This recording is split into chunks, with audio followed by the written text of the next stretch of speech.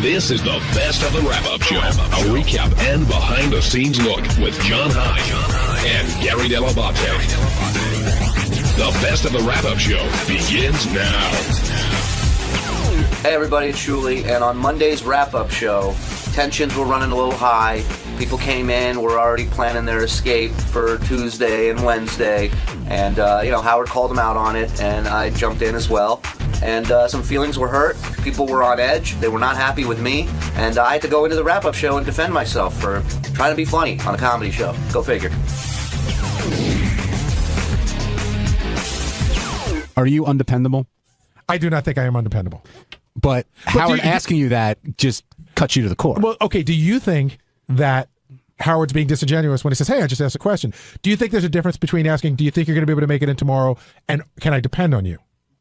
Do you think can I depend on you is a bit of a loaded question? Yes, I'd absolutely. Right. Is. And we all knew it, but apparently you didn't know it. No, I did know it, but he's like, what do you mean? What are you talking about? And then, well, I'll there's a guy up on the board that take the call from number 7. Oh, I just took 4, so hold on. That's okay. That's okay. Chris, you go first, then we'll go to 7. Chris in Connecticut. Hey, Chris in Connecticut, how you doing? Hey guys, great show. Listen, Gary, I think Howard and Robin are a little out of touch with things. And I understand what you're saying. You want to be there with your family. There is stuff that you can do. They have people that can do that stuff for them. I don't know. I think it was just. I think it was a little too harsh out here. Well, that was the other thing too. When Howard at one point said words to the effect of, "Oh," and then all the anger came out. Gary goes, "You have 2 houses and you have a staff of people." That's not jealousy or anger. I've never been jealous of his home. I am so happy for him that he has what he has. I'm just saying you have options that I don't have, so don't compare us. So this is one of those weird things, and I'm talking as a Howard Stern fan, not as an employee, where I disagreed with every single thing that Howard said to you about the hurricane, and yet enjoyed every single second of it. I mean, I was laughing. I felt bad for you. I came and talked to you, I think, a couple different times, but oh my God, was that funny? Even though I thought he was totally wrong in what he was saying, it was still great. Yeah, that's Sorry. That's what we talked about last week. That's the weird backhanded compliment I get. It is love you, Gary, but I love what he yells at you. Did it make it worse that Shuli was in there piling on? It did. And Shuli's out having a cigarette. I told him, he goes, should I have a cigarette before the beating? I said, have 2. But because I think there's a line of people who want to beat up on him. But when you sit in the studio, yes, it's your job to be funny. Now, I didn't think everything he said today was being funny. I thought at times he was piling on. And even if you are being funny and you are piling on, you can't expect to walk out of the studio and act like it didn't happen. When you go in there, you're saying, all right, I'm going to fuck with Gary, and if there's repercussions, I'll deal with it. But Shuli wants it to be like, what do you mean, man? What are you talking about? So, first of all, the funniest thing that happened was after the show, you asked Shuli if he was going to have time to come down to the wrap-up show. I didn't. No, Shuli always has time to come down to the wrap-up show. He just said, do I have time for a cigarette? Even when John doesn't have time for Shuli to come down to the wrap-up show, he finds time to come down to the wrap-up show. I thought Shuli was brutal to you, and some of it was funny, and some of it was, I can't wait to see what's going to happen off air between Gary and Shuli, like if there's going to be tension there. But, there is something to be said, since Shuli's not here, to say like, hey, he's auditioning for a job. I would imagine. That's fine, but you can't blame it all on, hey, I'm trying to get the job, so I made you look like a piece of shit. And I said to John, it was a lot like the kid in school who accidentally does something right that the whole class did wrong. So he accidentally decided to take the room, probably because he just didn't want to be home. And oh, please! First of all, is there anything more embarrassing than Shuli gloating about the fact that he left his wife and newborn baby at home? I mean, forget Howard for a second. He kept pointing out to Howard, oh, how cool am I to be at the hotel? That's what I'm saying. You know what, Shuli? I don't think you look that great. He goes, hey, I'm going to be here. I'm the good guy. And I found that annoying. And Shuli, in all fairness, is not a homeowner and never has been a homeowner. So doesn't Shuli, I think he rents, correct? I don't know. Hey, John, we're trying to see how long we go without you talking on your own show. It's okay. You're doing great. I think he rents a house somewhere, right across the river. So if a tree falls, he's like, I'll pick up all my shit, let the water come in. It's not my headache. Will was I'm going home after the show. I'm trying to get a car service to go home after the show because I will not be able to relax tonight thinking that my wife is home scared. Even if it's just listening to the wind and being scared, I can't hack it. And Will is very much undecided. And I told him, when you get a call at 1 o'clock in the morning that a tree branch came through the window and your wife and kid are screaming and they need someone just to comfort, forget fixing this shit, just comforting them. Well, you're gonna feel like garbage. And but that's a huge point. Yeah. Because so Robin's like, what are you gonna do? Cut a tree down? I'm like, no, but maybe I can help my family from being scared shitless. Right. You want to be there for them. Right. And Jason, you're right. But Will also is thinking, am I not dependable then? Am I letting the show down because everybody else is coming here and braving whatever they're braving and staying in the hotel in the city? Who's staying in the hotel? Everybody who came in. No, we all. I don't know who's staying in the hotel. Shuli. Shuley's the only one. And Tim lives in the city. Tim lives in the city. I think Brandano's staying. Yeah, he's staying. But he's got nobody. JD and I, and that's true. JD and I have you have nobody. each other. Yeah, exactly. I think the question is who with the family is staying in tonight? Nobody. Can I just tell you, if I didn't have a wife, holy shit, Tim got us sweet fucking hotel rooms. I mean, 30th floor suites with huge beds and internet. Yeah, in fact, I almost came in last night and I told Janice Why don't you bring Janice in? It would be more fun. I wanted to bring Janice in last night. We had the hotel room for last night because the transportation was shut down. Yeah. Even though it's a pet-friendly hotel, she would just not up and leave. I couldn't make her do it. She just would not. Even if I said we could bring the dog and a cat, she was like, I'm not leaving the apartment. I do want to say one good thing about my staff, because I really do love the guys that work with me. For a guy like Jason or a guy like Will, this would be an excellent opportunity to stab me in the back.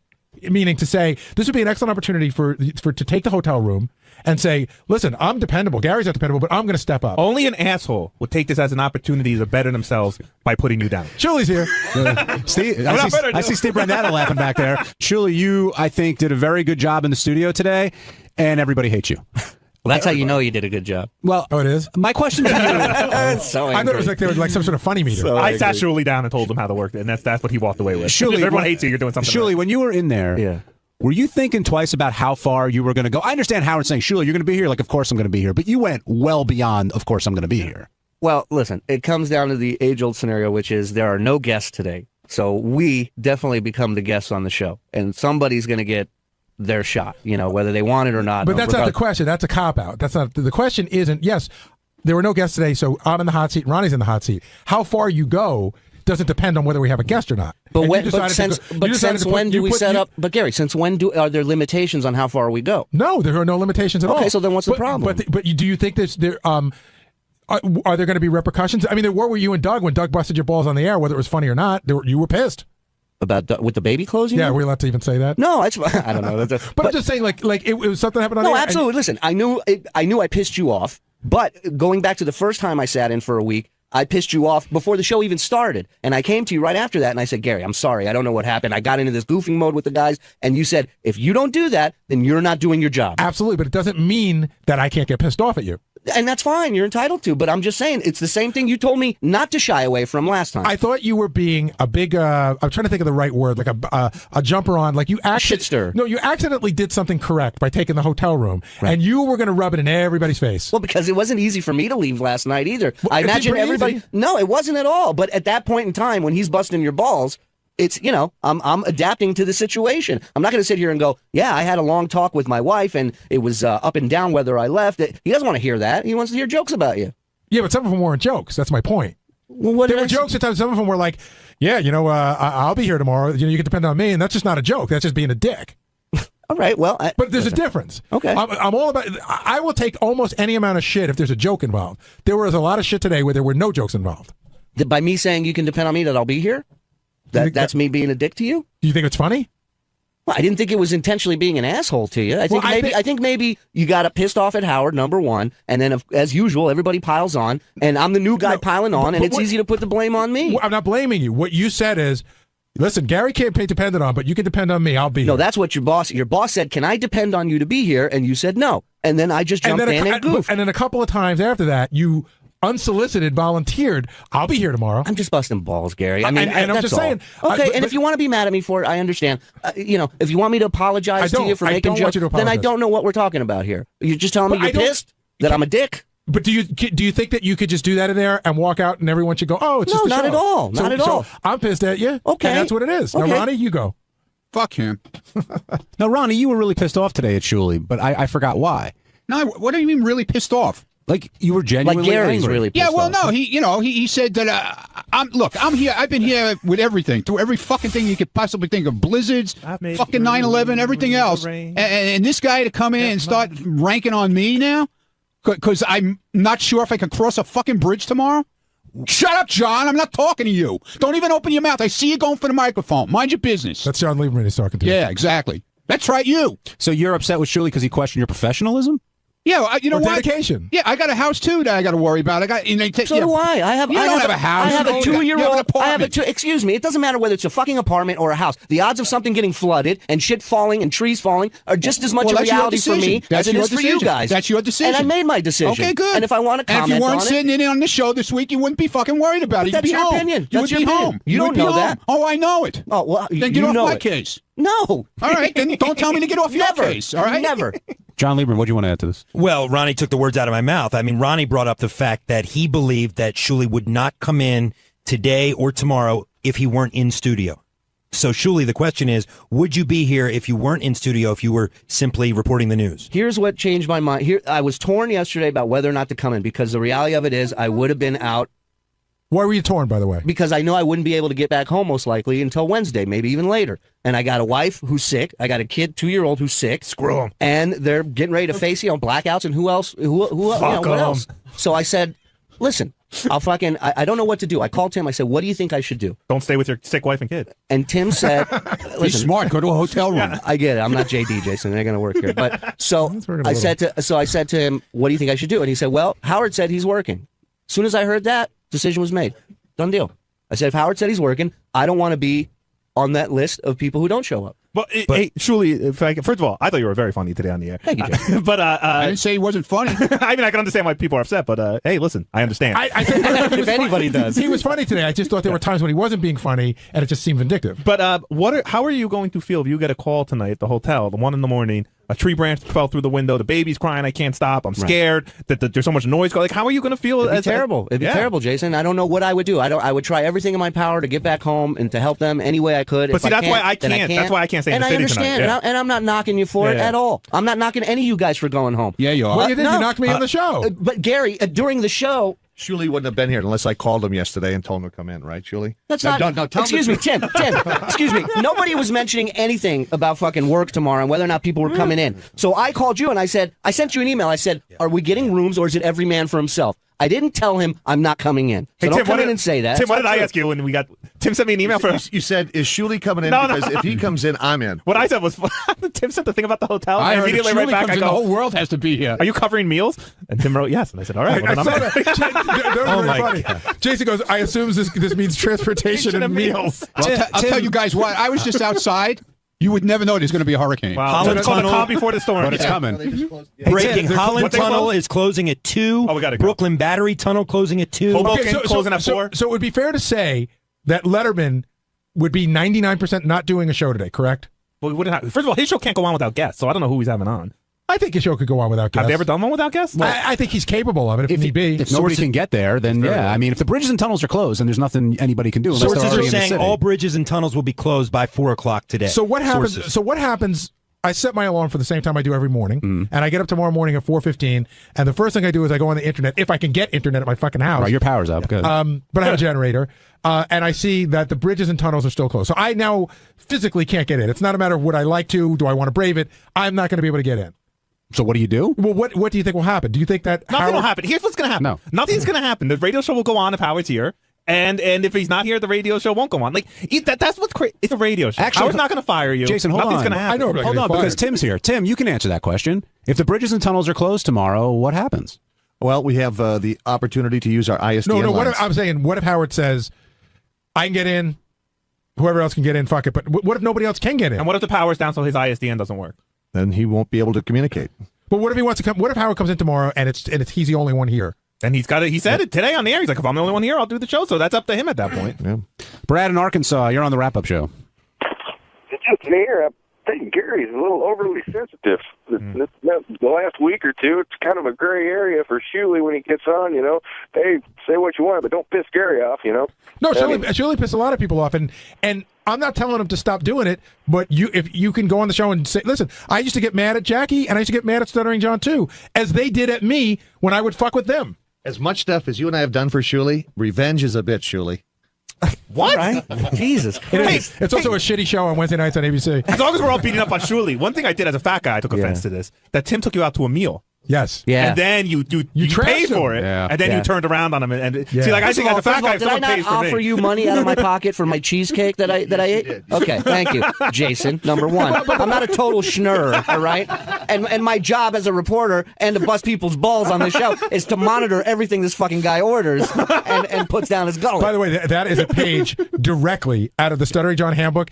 You could pay $1,000 in the champagne room at a strip club, and he'll make fun of the socks you wore and the tip you gave. Oh yeah. Hey, it's Gary 𝗏𝗏 𝗏𝗏. Tuesday's wrap-up show was a very special wrap-up show because I wasn't here. John wasn't here because of the storm. None of us were here. You might have heard about that. I did it from my neighbor's phone at home. John had some sort of weird ISDN line set up. Some people were here in the studio, so it was very interesting. This is what happened. So, rough morning for you, Gary, and I'm not talking about the weather. Yeah, it's an interesting thing. I thought, I left everything in good hands. I did not go to sleep last night with the idea that I was not coming in this morning. I knew that it was a distinct possibility, but I thought I'd make every effort. So I was up at about 4:15. Tim and I spoke a couple of times, and I got a hold of Ronnie, and Ronnie said, "Don't even bother. The bridges and tunnels are closed. There's no way that you're getting in." And so now I'm trying to figure out a way to listen to the show because I should point out, I have no internet. No telephone. I am calling from my neighbor's house right now, who for some reason is the only person in the neighborhood with a hard line.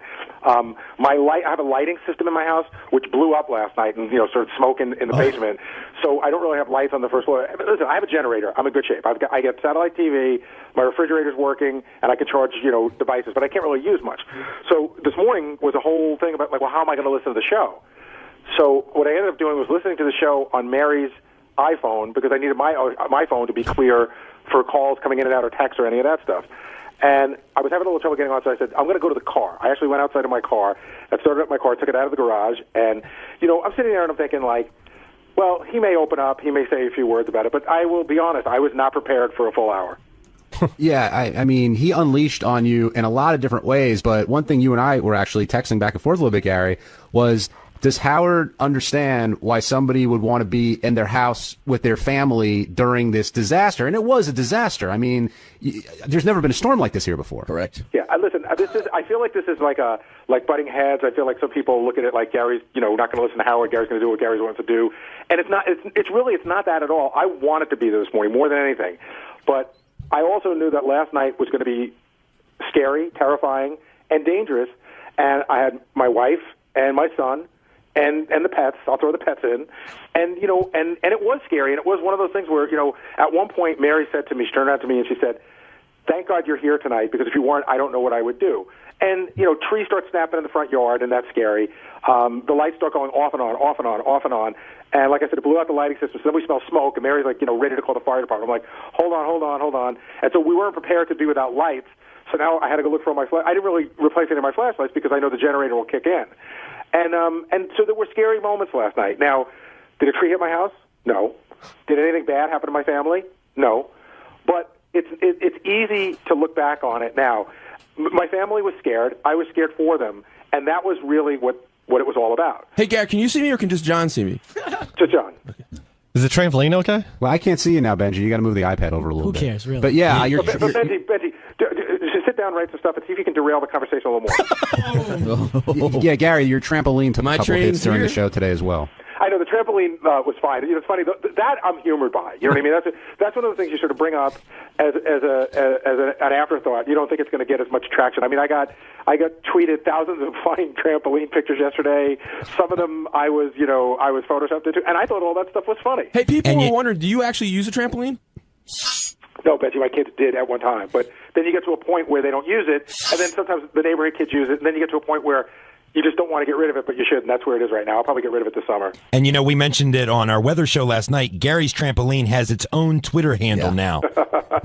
See, that's funny to me. That's funny. You're goofing on the stuff that I do and everything, but that's funny. But somewhere along the line, and this is what I was trying to say this morning. First of all, the phone lines this morning were horrendous. I was the first one. Oh. I should have waited until somebody tested it out. It was just horrendous. And what was happening was every time I spoke, it literally like a quarter of a second later, it reminded me of trying to make a long-distance phone call in the 60s. A quarter of a second later, I would hear my voice, and when Howard would speak, I would hear his voice. So it got to the point when we were both speaking, I was hearing four voices at once. But the point I was trying to make this morning is, Howard said I attacked him yesterday, and I felt I got very defensive. There's no doubt. Maybe I lashed out, but it wasn't. I didn't feel like I was attacking. I felt like I was defending myself, my work ethic, and my family. And it was a weird thing. And when I said to Howard, again, with Shuli in there and Robin in there, the truth gets bent to a place where it's almost unrecognizable. When I said to Howard, I was like, listen, Howard, I don't have people at my house. I don't have a second house. I'm not in the same situation as you.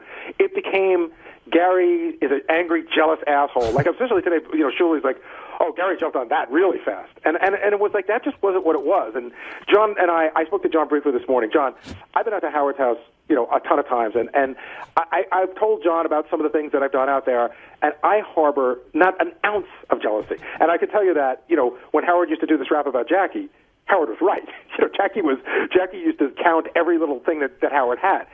That's not my thing. In fact, I look at, it's funny, like, I'm so happy in the place that I live now. And Mary and I remember the day we moved in, we looked at each other, we go, this is more than we ever imagined we'd ever have. And I don't get jealous when I go to other people's places because I'm so happy with what I have. So I wasn't saying, hey, you're the big bad boss. I wasn't saying, oh, you rich asshole, look what you have. I was saying, your situation is different than mine. I'm asking you, can you look at my situation? Hey, JD, what was it like in there this morning without Gary, Jason, Will, me, all the people who are usually there? It was a little nerve-wracking. First, I had to deal with the spots, like the live spot books, because they weren't. I didn't get any emails or anything about it, and then finally we were able to look up and see what the live spots would be, and I had to find. Jim was able to print out the other copies of the spots, and and then just pitching stuff to Howard, and it was just nerve-wracking. Can I give a big shout out to JD? JD and I went over all the pages yesterday. And I went to, we haven't played this. We played this once. I know he liked this. He hasn't heard this yet. And I don't know what you did during the breaks, but I know what I heard on the air. And you did an amazing job of getting the stuff to him. So thank you. Hey, Gary, it's John. Yes. Did I get it right? Well, which part? The forecast. Oh, of course. Yes, right. Yes, you're good. You're excellent. You did a good job. Thank you. Was Steve? He did, though. He did. I mean, yes, you got it right. Was Steve Brandano getting comfortable in Gary's chair? I heard him chime in a couple times over the. Brandano started the morning with a Diet Lemon Snapple, a can out of Gary's refrigerator, treating himself to a drink that he says he hasn't had in 7 years since he's been here. I said that would be my one shot at Gary for the whole day, because you know how it is around here with Howard TV and everybody in the news. Like they want you guys to be like, oh yeah, no, I can do this. I can do this without Jason and Will and blah, blah. All I did was have my Diet Snapple, and then I think we ran a pretty good show after that. I felt for Steve when I heard the part where Howard got mad at you about the phones, and I know what it's like. I knew. Tim and I spoke at 4 o'clock this morning. There's not to get into it, but 3 of the 5 units that you need were down. We were trying to reroute calls this way, and you really have no say or pull over anything, Steve, except to relay information to Howard. You don't really know what to do, and I know that you were doing your best to put calls up, but at one point he's like, all right, this is enough, and then it was like getting mad at you, but there's not much you can do. Yeah, I felt for you with the, I don't know, just seeing how it goes, where you're relaying other people's messages, and you're the voice that's going to get yelled at when things go wrong. But Gary, where one of the things at the end of the show there, when he asked me to talk to Jimmy, I was like, oh, that's where one of Gary's skills is. You know exactly what Howard means. Howard said to me, yeah, go ahead, call Jimmy, find out if there's a show tonight. So I thought that meant call Jimmy, find out if there's a show tonight. So I did, and I was expecting to go back in and either say, like, yeah, I talked to Jimmy, he says the show's on, or like, and thank God I left him on hold, because we were able to eventually get him up. Good work by Jim and Al and everybody. But and Teddy. How did you get Jimmy to call in? I know where that information is here. Yeah, but I called him right away. Yes, and I told Howard that. And then Howard asked me what's up with Jimmy, and I said, well, Gary's on it, and I haven't heard from Gary. And he said, no, I told you to do that. So that's when I did it on my own. Right. And the egg white sandwich, too, you're under pressure for that. Yeah, we nailed that, too. Yeah. But yeah, with the thing with Jimmy, you're right. The thing, even listening to Jimmy on the air, there was no yes or no answer. So leaving him on hold was the right thing to do, and going in, doing it the right way. But I would have gone and said, hey, Howard, I got Jimmy on the line, and he might have gone, well, what is it, yes or no? And I would have gone, well, it's not that simple. And we'd go, okay, I'll pick him up. But listen, you guys handled it very well today. Hey, John, I wanted to ask, since we can't take phone calls, some of the people in the room, like from Benji, for instance, what were your thoughts on the stuff that Howard was saying about me today? I was like comparing it to, like, I guess I was a little feeling pissed off about the shit you guys give me when I've been late a couple times. Like, I totally understand it, because like your house is like a fucking like a $1 million wallet just sitting there exposed if you're not there to protect it. So I understand your feelings, but Benji, I would say that it was less. I wouldn't say it wasn't. There was nothing about my house, but it was more about my family than it was about my house. What I didn't understand. Listen, I don't really care. It's like it's not that big of a deal. But I don't have anger about it. I think it's between you and Howard. If Howard has anger about it, like I don't have any anger about it. No, but if you, I didn't understand the whole thing. Like, why not just bring them into the city if it's about protecting like Mary and Lucas? Well, because it's all. Can you hear me? Yeah. It's all of those things together, and I say this to you not in an insulting way, but you never owned a home, and if you did, you wouldn't want. No, that's why I said to me that's scary as fuck. Just like I don't like to. It's like leaving a wallet out. Well, it's not like it's a wallet. No, I said like $1 million wallet. But I mean, yeah, you wouldn't like imagine if a wire came down, right? Okay, so this happened a month and a half ago. A wire came down at the house across the street in the brush, and it started a brush fire. Now, we got the fire department here. It was a bright, sunny day. We got the fire department here pretty quickly, and they were able to put it out.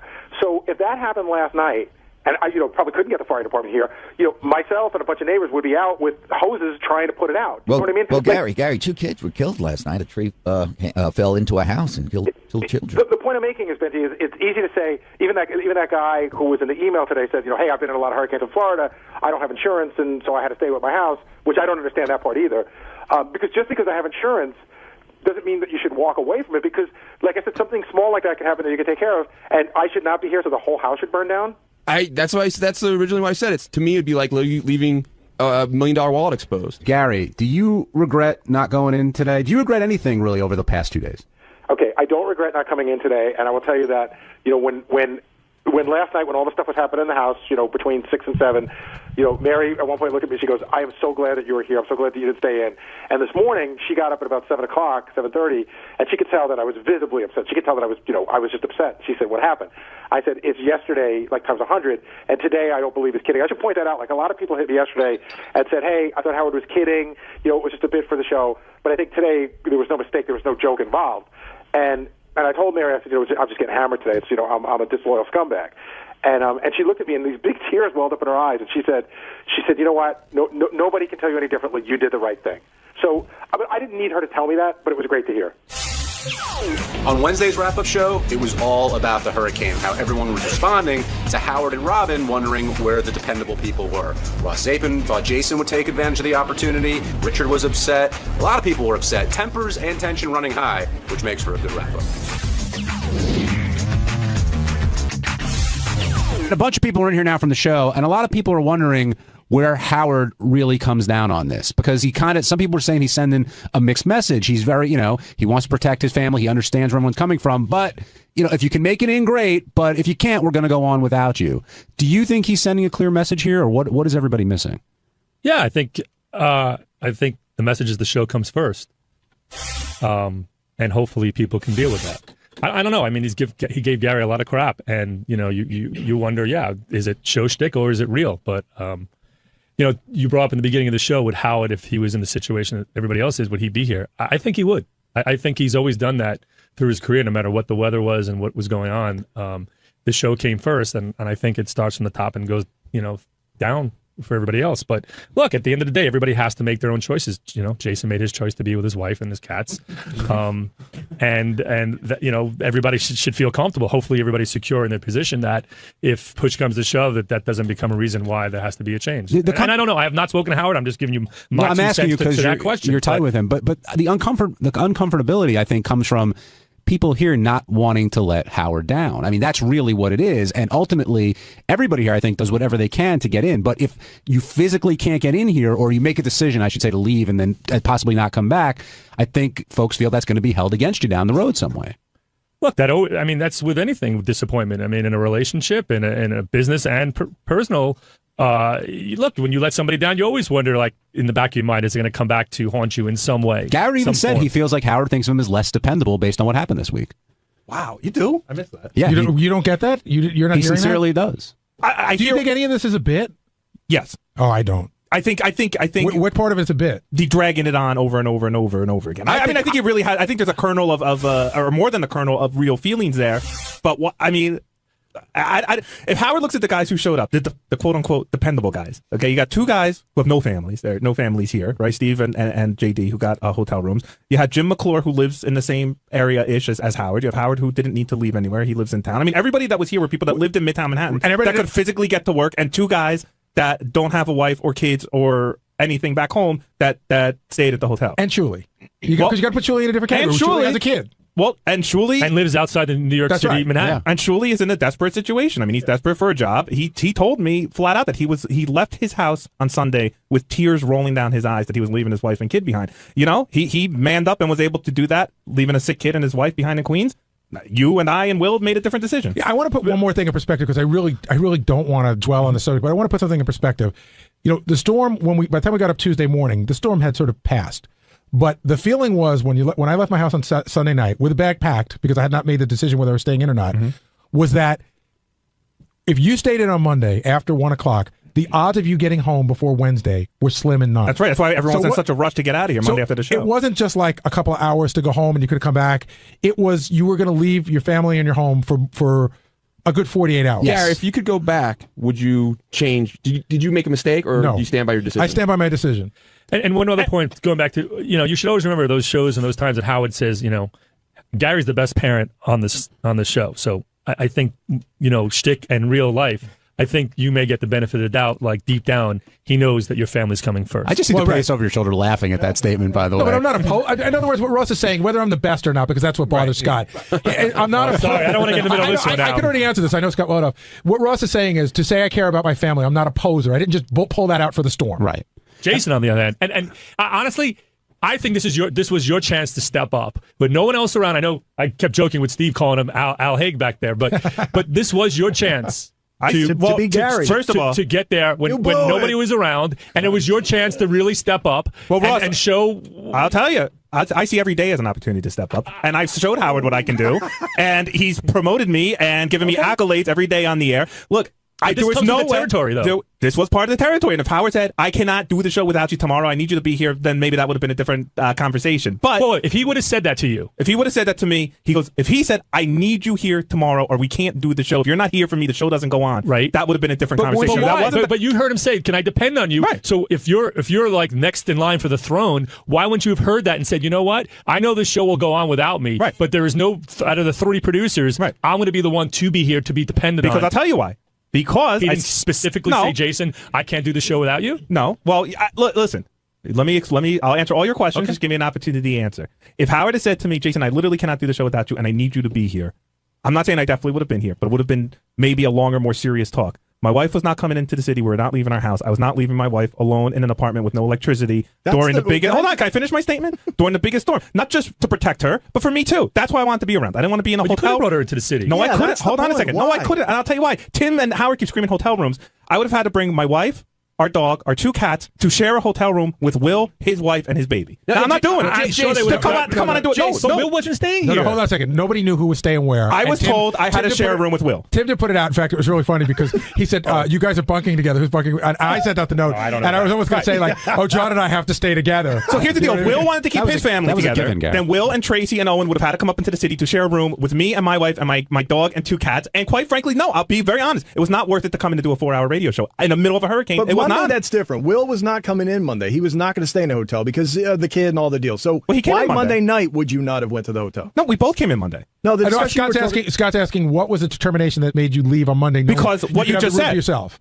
Oh, no. I didn't know I could for sure have the room. Will and I left together. I wasn't for sure I could have a room for myself, and at that point it was way too late. It was late. We left at 12:30 to get back to Hoboken, get packed, get everyone over there. If you had if you knew you had your own hotel room, you would have stayed in the city? His wife and his cat. If I knew I had my own hotel room, it would have been a much more easier conversation to go, hey, maybe we can move everybody in here. Did you ever think of going to Tim and say, hey, look, I'd be open to having a discussion that if I can get my own room so I can have my wife and my cat and I don't know if you said dog, then is it worth the discussion that I can have that so I can be here for the show? I'm sure Tim would have found a room for you. Or would have been have that discussion with looking back, or with Gary Jace, or with Steve. Looking back, would have been worth it for you to say to yourself, "Hey, I'll just get a fucking hotel room and I'll shine that day." No, trust me. He made for a somebody who's constantly being accused of being a kiss ass, my answer is very consistent here, regardless of whether Howard or Robin are mad or not mad at it.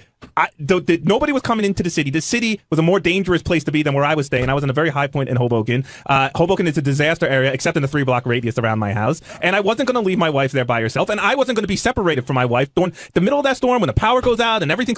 And if I had internet access and I could see what was happening in Hoboken, because I just saw the pictures today, my heart would be ripped out of the chest. I couldn't do it. Maybe Shuli's got a stronger constitution than me. I don't know what to say. He wants it more. I don't know what to say. Well, hold on.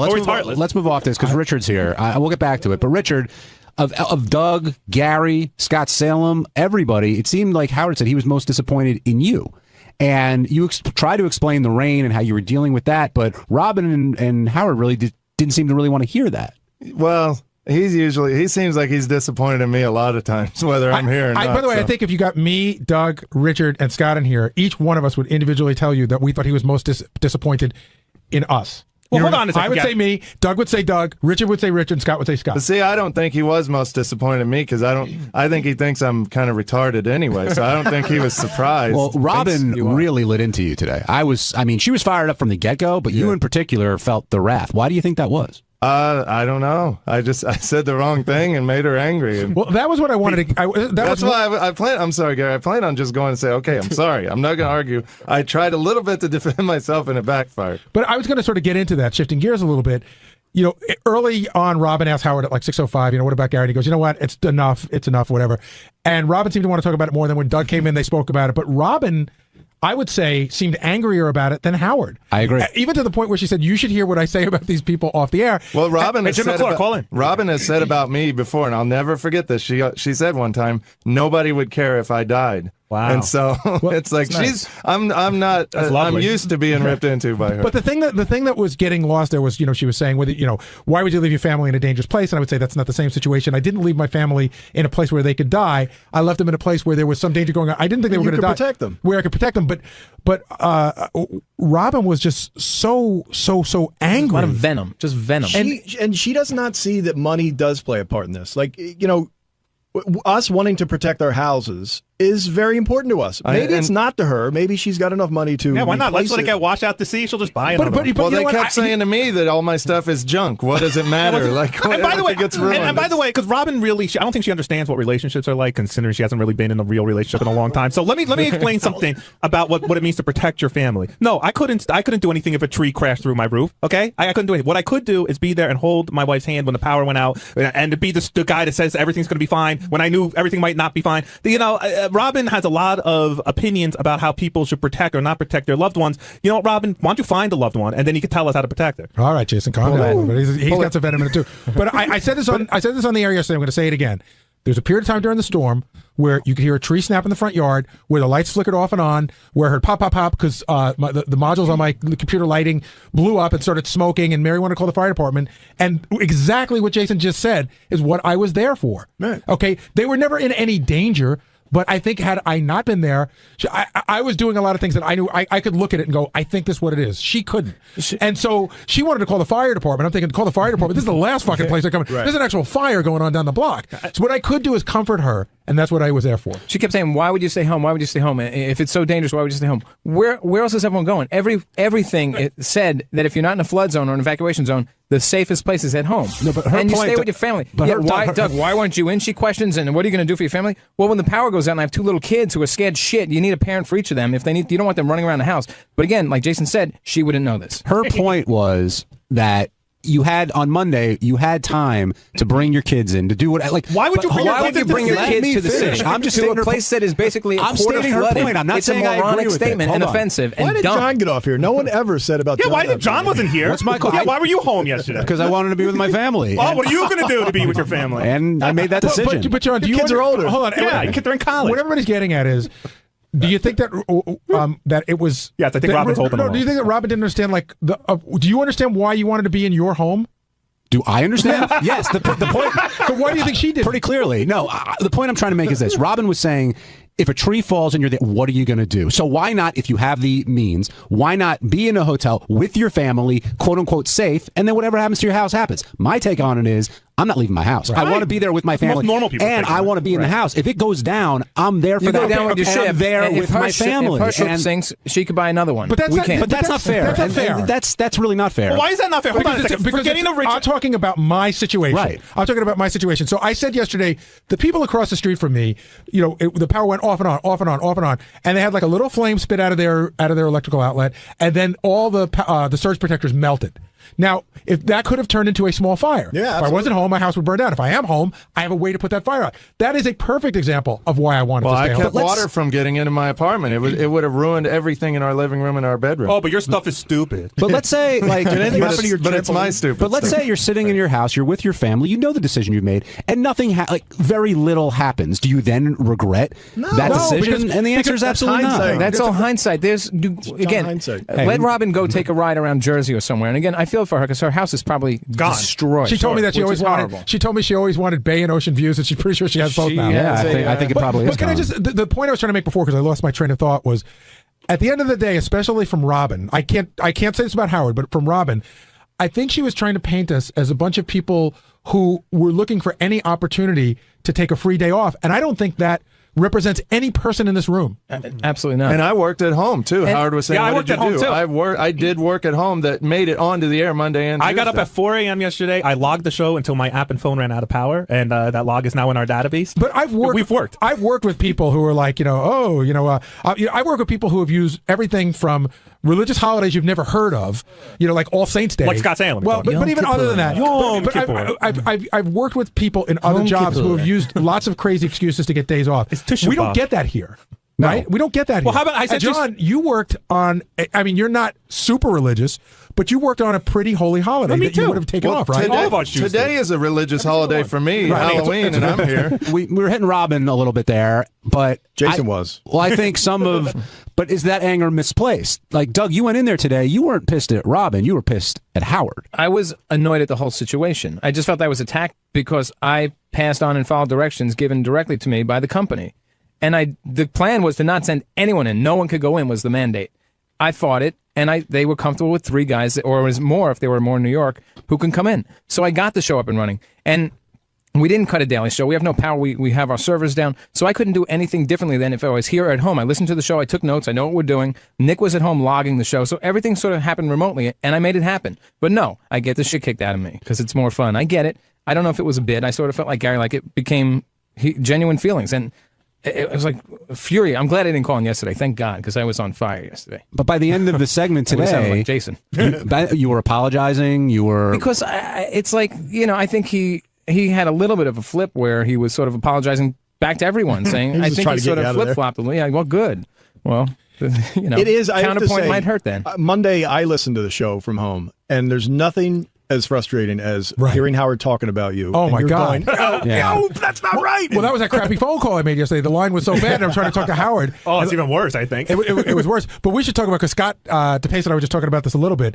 So yesterday, after the storm is sort of over, I realized at about 11 o'clock, holy shit, I got to get out of this neighborhood for tomorrow, because no way, if I don't make it on Wednesday, I am fucked. Yeah. Right? So if you go in front of my house and you're going to make a right, there are 3 large trees down, like 30 yards apart. There's no way I'm getting out that way. So I found out the other way I can get out to go deep around. The only thing blocking me is this low-hanging wire, right? Now, a couple of people have touched it. A couple of people, they said it's not live, but still. And I can't go unless I get my car under this wire. So at one point, I got Lucas, got a big branch with like a Y on it. You know what I mean?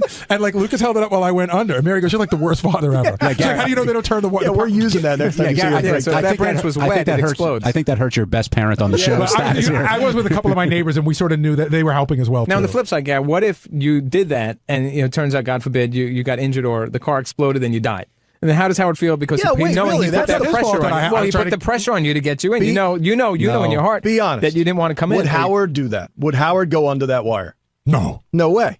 Would Howard? I went under a tree that literally, there were branches going to hit my window and stuff. And if one of those branches caught wrong and the tree ended up falling on my car, I was dead. But Mary and I were fighting all last night. We went out to dinner, and I had to go under tons of trees that were like that. And at one point, she's like, "Don't go into the tree." It means that everyone's going. It's the only way you can get through. I said, "The tree's not going to just fall like it is. You're going to hear it crack, and we can, I can gas it and get out of it." Yeah, we had the same. I was like, "How am I going to get here if I don't go under the tree?" Well, hold on. Well, I had to spend $70 on a cab getting in today. That's That's like a tree falling on me. That was expensive. Hey, Mike, you also incurred some wrath early this morning because of something that you tweeted, and Howard made a point to remind you why you're here, you have a job, etc. Did you get his message loud and clear? Let me remind him why I'm here. I'm a producer and an editor for Sirius XM Radio. When it comes to raises, when it comes to anything to do, that he should be involved in, we work for Sirius. We don't work for Howard. Mike, I'm going to help you here. Seriously, I think you're a good guy. I think Doug doesn't work for Howard. I work for Howard. Do you follow? Like Doug I works work for Howard. We do. You work for Intimate, but at the I end work of the for day, the licensee of Howard's We products. do, but Will was complaining last week, Howard doesn't know me. He doesn't know a lot about everyone here. I have a kid in one of my 2 apartments that I care for 3 nights a week. My concern was getting from this job, at 5 o'clock on Monday when the storm was beginning, to the Bronx, back to Washington Heights to my house. I got to worry about other things than just this job. And granted, nobody on the air knows, Mike may have a kid at home. I think probably if I could give you one piece of advice, we've all voiced out here saying, hey, we wanted to be with our families. I think that's what you're saying, somebody who's like a family to you. I think that when you keep it in-house, and you can talk to Howard, that's fine. When you start tweeting it looks like... So I'm going to get rid of my Twitter then. I'll get rid of my Twitter. Well, you don't get rid of your Twitter. I'm just saying that it's a judgment. It's a judgment. Gary, let him get rid of his Twitter. Let him. If he's going to get rid of it. Mike, and you know this, I like you, and I've talked to you many times about how I feel you on Twitter is going to get yourself in serious trouble to get you fired from here. Opinion. That's fine. Well, that is my opinion, and I've shared it with you. And I think if Gary is encouraging you to get rid of his Twitter account, I think it's fair to say if we keep it, I'm saying it's fair if we keep it in our universe, meaning Howard will yell at me, but if Howard were to go on Kimmel last night and say my producer's the biggest fucking asshole in the world, that's sort of out of our universe. It's not really fair. Let me ask you one question, Gary. As the executive producer of this show, could these shows that were done Monday and Tuesday not have been done on a Thursday and Friday of any week? But they have not been replaced. Shows can be done any day, but it's Howard's determination what he wants to do and when he wants to do it. Well, the answer is no. Yeah, because it's a day and date at that point. It was like he wanted to be... Maybe I missed the question.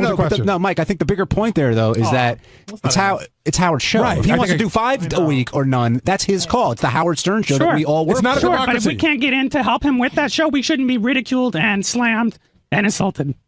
Assaulted? Well, then I insulted, not assaulted. Insulted. He said assaulted. He said insulted. And that's fair for you to say, here, I would just not do that, because then Howard could take this tape, play back on Monday, and have a dialogue with you. I would keep off of Twitter. That's my recommendation. I will. Mine too.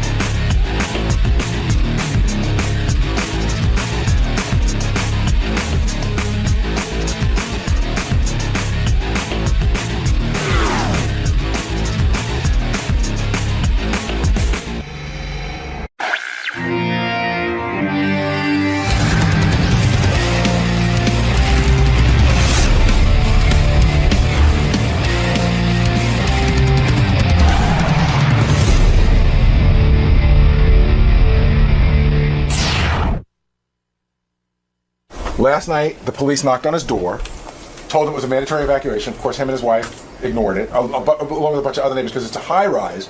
So he feels he's high enough off the ground to not worry about flooding. And then and the shelter is far away. And I'm thinking, shelters are for people who have nowhere else to go. Yeah. Like, Richard has friends. Richard has friends. Okay, so then there's that. So he goes, I'm afraid if I leave, they're not going to let me back up. And I said, they're absolutely not going to let you back up. Of course they're not going to let you back up. And I said, why did you go and stay with friends? He goes, well, the shelter's far away. So he goes, we didn't want to leave our pets. So I started thinking, pets, the dog, the cat, no, the fish and the gerbil. And I offered him a hotel room to stay in the city. But but I really don't think he's... So what did he end up doing? Well, he won't leave. He's at the house. He goes, I can't leave. I'm not leaving my wife here alone. He goes, I can't get back in. It's a bullshit artist. I don't know if it's bullshit or if he's stupid. Tim offered him a hotel room. I didn't know that. Well, we offered everybody a hotel room. Yeah. Let's go. Where's your Storm now? Fuck you, Storm. Let's go right now. Come on, everybody left. Everyone abandoned. The government can't go. Nobody. I'm here. Let's go right now. You're the only one who can make it into work. I'm the only one. We're off every day except during a storm. Some guy on Twitter, I go, we're definitely doing our show tomorrow. We don't care what the weather is. This guy goes, you're an asshole. You're always out, and now you're here for the storm. I go, well, gee, I'm glad I made the effort. Well, as you know, all broadcasting has been shut down. We are the only ones left. Today is a live broadcast, and we have over 100 million listeners because everyone wants to be a part of this. Who's that coughing? Fred? Yeah. What's the matter? Must be a dust ball in here or something. The weather getting to you? No, just dust. Oh. What mic are you on, Shuli? Or did Scott not make it in? No, I'm right. Well, I don't think Scott made it in, but I'm right here. Scott didn't make it in? That's no, a surprise. I can't. It's either work or bowl. Any excuse I can find. He could make it to bowling, but he couldn't make it to This work. is a Jewish holiday. I made one up. I don't want to embarrass my family. I have to sandbag my head.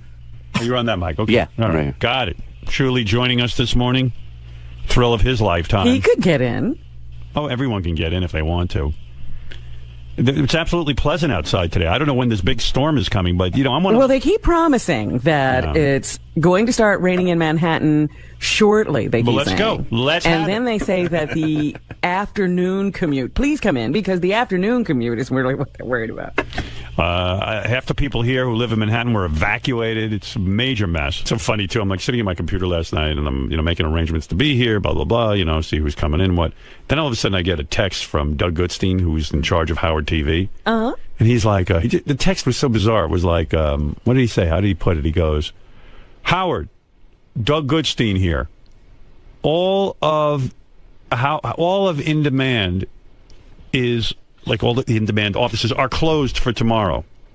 Like, that's the message. Okay. So I think now I'm supposed to write him and alleviate his guilt.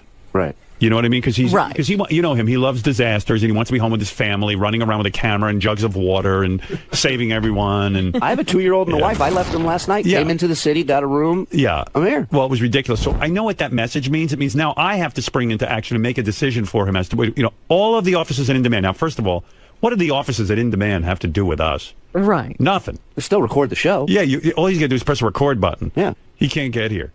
So I was just like, you know what, Doug? I said, I go in, yeah, so? What do you want from me? He wants me to make a decision for him. And by the way, I don't want anybody putting themselves in danger getting in here if there's a real dangerous situation. Sure. But why don't you do what everyone else is going to do? Wake up and see if the weather's bad, and if it's not, come on in. They called it early yesterday. They were not coming in. Oh, yeah. Yeah. This was Before anything happened. Yeah. Oh, The buses and trains were still running. Right. And Tim called me and said, we're doing the show, right? I go, of course we are. I said, we'll do the show as long as we can all get in. There's no big deal. And Tim said, yeah, I'll even get some hotel rooms for people. So, there was no reason Doug couldn't get a hotel room. No, I came in last night. Tim, I don't understand this. Tim lives in the city and still got a hotel room. And stayed in the hotel. I think he didn't want to walk as far as he normally has. Tim stayed in a hotel? Tim stayed in the same hotel. First of all, I get to the hotel, and I see him in the front of the line at the front desk. He is so loud. He is so obnoxious. Oh, my God. This woman, we go to check in. This woman runs up to the front desk because she got locked out of her room. And she runs up, she says, sir, can you please... And Tim starts yelling full blast, hey, lady, I was here first! I was here first! No, I'm smiling at her. You're going to have a fucking heart attack. I know. But I booked the rooms, and I had to use the room, so I used the room. Because Why did you use it? Oh, so it wouldn't go to waste? it wouldn't go to Exactly right. waste. And what, you offered it to Doug Goodstein, right? No, not to Howard TV. Howard TV has their own company. Right. But what is his point? So In Demand is closed. Who cares? What is it? So he's not here today? We're in media. We're in media, and also there's nothing happening outside. It's absolutely no weather conditions that are preventing anyone from getting in. This separates the men from the boys, right, Shuli? It really doesn't. Yeah. It's ridiculous. Well, and also, I mean, the real test comes later today. Like, if shit starts shutting down, I think what they're doing is they're saying, well, I don't want to be stuck out here, so I'm going to just but I mean, home. it's a job. I mean, you come in, you do it, and you go home. Right. Everybody here is risking being stuck. Everybody. Yeah, I mean, I don't know. It's crazy. So, I don't know. We're here doing the show. That's it. We're the only ones left. Business is business. Business is business. Yep. Meanwhile, I ate breakfast at home this morning. I usually get my breakfast here, but I'd heard everything's shut down, everything's closed. We wouldn't be able to get breakfast. Will got my breakfast. So Gary ate my breakfast because I had You my already breakfast, had breakfast at home. And I'm like the most unprepared motherfucker. Everyone's running out yesterday getting jugs of water and egg. I have 3 eggs. Let me, because I saw something in the paper about what you're supposed to have to be prepared for the hurricane. I'm so unprepared. Like, I have an assistant and everything. You think I would have had like a couple of dozen eggs in the refrigerator? Right, somebody should have got you some food. And I came home, there were 3 eggs in the refrigerator. Well, here's what you're supposed to have. 1 gallon of drinking water per person per day. Yeah, I have a whole bunch of bottled water. Right, you usually have that around. Non-perishable, ready-to-eat canned foods. I don't have that. I really don't. First aid and flashlight. I got that. Beth went out and got 2 flashlights. Okay, so you did get that. Battery-operated AM/FM radio and extra batteries? I got the internet. You know, No. That's like in case power goes down. Yeah, power goes out. I got 10 hours on my iPad. That's enough. 10 hours on your iPad? Yeah, well, I mean, I'm not going to use all the 10 in a row. I'm just going to go on and check it. Although I got a whole bunch of movies and stuff on there, too, I'm going to watch. I was just thinking you're going to wear out your battery watching shows and stuff. Oh, I would go insane. He'll be watching Sons of Anarchy. Yeah, I would go insane if I don't have TV. Like, if I just don't want the power to go out. And like Robin and I were talking about this last night. What is this bullshit with the power going out? We were in New York. There's no power lines. Right, I looked outside. There's no lines. The lines are underground. You know what I was thinking, Rob? Maybe the power is like from upstate or something and they ship it down here. No. Where's the power? Like, where does it start? Where does power start? They have, what are they, converters or something? Those stations are right here that make the power. Anybody know anything about power? Like, I realize there's so much in our world I don't know. And I'll die. I'll live and have died and never know. Like, where's the power come from? Because as far as I can tell, let's say there's horrible winds. Substations. That's what they said. Substations. Yeah, but where are those substations? They're right here, and they said that some of the substations might flood. But where's the place? But where's the place where the power is actually made? Well, remember when that blackout happened and they were talking about, and that happened over a large portion of the country because there's a grid. Hold on a second. Jason, you know anything about power? Yeah, because I had the same thought you did. Right. And I looked it up. I'm like, well, I don't understand. There's nothing to get blown over. So right. Like, what's the problem? So I guess if the ocean floods, underground and hits the wires, where I guess all our wires are underground. The ocean? Yeah, because the salt water. Oh, that's right. This is like an island or something? Yeah, we're, I forget that. So apparently the salt water just corrodes and ruins the wires. And it takes short circuits everything. Yeah, I mean, are we really in trouble there? Like, I mean, we're so fucked up that like ocean is going to hit our wires. Well, the ground will get wet. So, the ground's going to get wet, and it's going to throw the whole thing off. Yeah, that's so fucking lame. But there's a lot of vents and whatnot near, like the East River, and it's like, where is this place where the power is made exactly? We actually buy power from like Ohio and all sorts of other places. Right, that's what I was going to talk about. The grid. It comes from thousands of miles away. Now, how does it get here? Through wires and grids. Yeah. And so if like a line goes down, like in Jersey, would our power be affected in Manhattan? Not necessarily. Not necessarily. So where but then are the again, wires it could go out in Ohio ground? and fuck us up. But Ohio, are they being hit? No. So what are we talking about? No, because the storm is actually going up that whole. See, nobody knows It's going power. up 95. It's not going to Ohio. Are there wires on 95? It's 1,000. Everyone's mad all of a sudden because they don't know shit. No.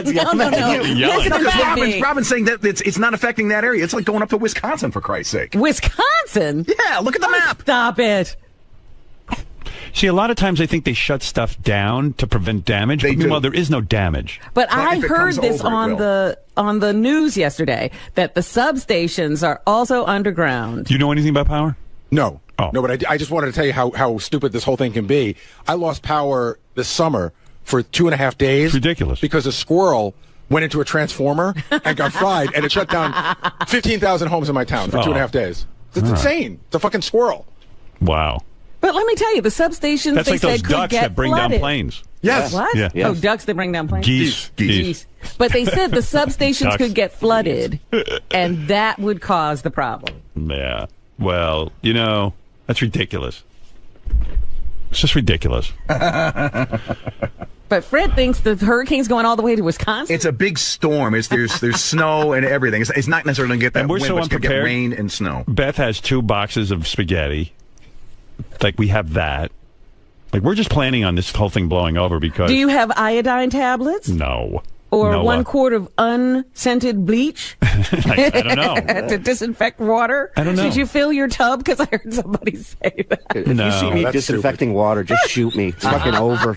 Maybe I should fill my tub. I don't have a tub. I know, You don't have a tub? Well, Beth has one. I don't have a shower, Mike. You got pots and stuff, right? Yeah. My wife was like, should we I took everything out of my yard yesterday. My garage looks like a fucking we did yard. that. And she said, should we pull the trampoline in, right? We still have a trampoline. I said, if the trampoline blows away, we have a lot more to worry about. Like, if the wind is so bad... Yeah, but that could hit you into your house, that trampoline. It's way far away. You should take it out. I'm telling you. It's huge. Yeah, but dude, that's the thing they're talking about. That's the kind of thing that could go through a window. And it might not even go through your window. It might be a neighbor's or... That's terrible. Well, one thing I learned from that TV show Revolution, if the power goes out, the girls get hotter. Yeah. So I'm looking forward to it. There's tons of hot chicks just roaming the streets. Well, I can tell you, in skimpy outfits. I can tell you for me, I will guarantee you it's not will my power go out. It's for when and it will how go out, long. for how long.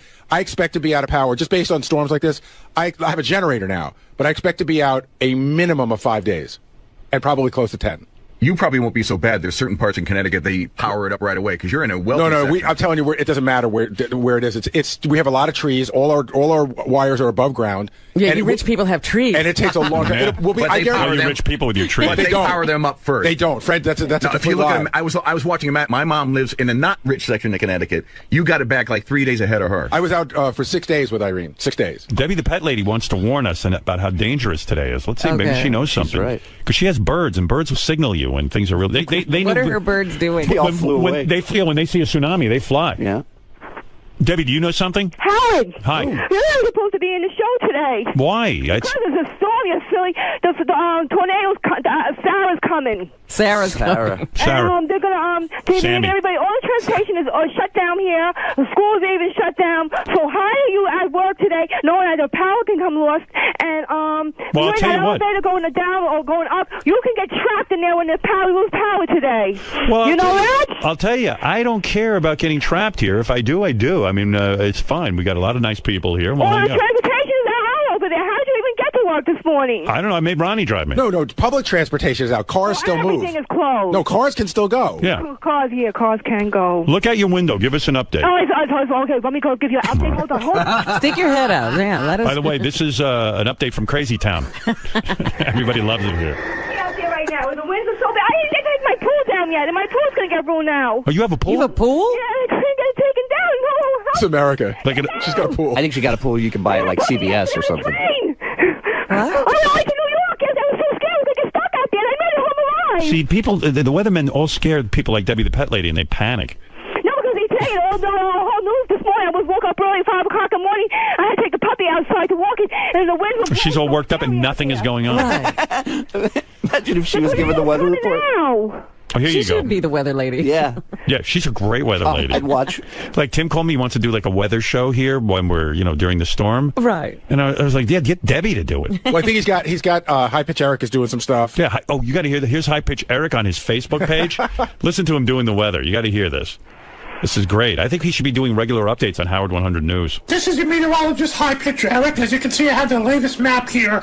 As you can see, Hurricane Sandy is moving up towards the East Coast. Oh, shit. 8 a.m. Sunday. No, he's so gross. He gets saliva in his mouth. I'm sure he doesn't realize that to be called a meteorologist, you have to have a degree. I think he just says if he calls himself one, he is one. It'll hit Bermuda. After Bermuda, it'll hit up the East Coast by 8 a.m. Monday. By 8 a.m. Monday, it moves closer to the East Coast in Pennsylvania on Monday and Tuesday. So it's moving in the East Coast direction. I'll have more updates in a few hours. This is your meteorologist, High Pitch Eric, with the latest on Sandy. Thank you. I Did love you say it. I'm Sandy? On Sandy. Yeah, there's going to be a John Belair's weather special, and High Pitch Eric will be calling in with reports. Can I talk about the phone call I got from Richard Christie this morning? Yeah. Hey. So I told Howard, I always wondered who the people were that defy a mandatory evacuation, but now I know one. It's Richard. So Richard calls me at 4:45 this morning to tell me that last night the police came to his apartment, knocked on the door, and told him he had to leave, to which he and his wife ignored it. Right? So when he went to leave this morning, they're not running the elevators. So he said, I'm afraid that if I leave, I can't get back in. He goes, I said, you're absolutely not going to get back in. And I said, why didn't you leave? And he said, well, the shelters were far away. And I'm thinking, I don't think shelters are for Richard. Like, Richard, he's got to know people. He's got friends. But the best part was he said he didn't want to leave the pets behind. So I'm thinking the dog, the cat, a fish, and a hamster. Was he 9? I mean, yeah. Got a hamster? Well, you know what? So you leave the thing alone for and a isn't week? the fish's name Fishy? Yes. Right. Yeah. Well, you want to know something? Like, I didn't make it mandatory that people come in, but, Richard's one of those guys. Tim offered him a hotel room. He could have left with his wife. Sure. Enjoyed the hotel, and been here. He said he didn't leave. He's full of shit. He didn't leave because they're so high up. They wouldn't get covered in water, but I don't think that's what the evacuation isn't just about water. It's about if everything gets shut down, then he's on whatever floor. Yeah, and then they got to worry about rescuing his fat ass. Debbie, you want to give us the update on the weather? I think she's taking other calls. Yeah, she's got like a whole weather center. Home office. She's freaking out about her above ground pool. Like, you could just dismantle that. It's not difficult. Well, she didn't take it down before the wind. Meanwhile, there's no wind out there now. That's what she's saying. She took the dog for a walk and there was wind. The best is when those birds just all start talking at the same time. Yeah. And she flips out. And starts Debbie. yelling. Yeah, you have a lot of contact with her from the newsroom, right? Oh, yeah. At least once a week I have to call her and give her like a pep talk where I got to, bring her back from the edge. Debbie. Well, I guess our weather correspondent is busy. We can't rely on her if she's going to be like this.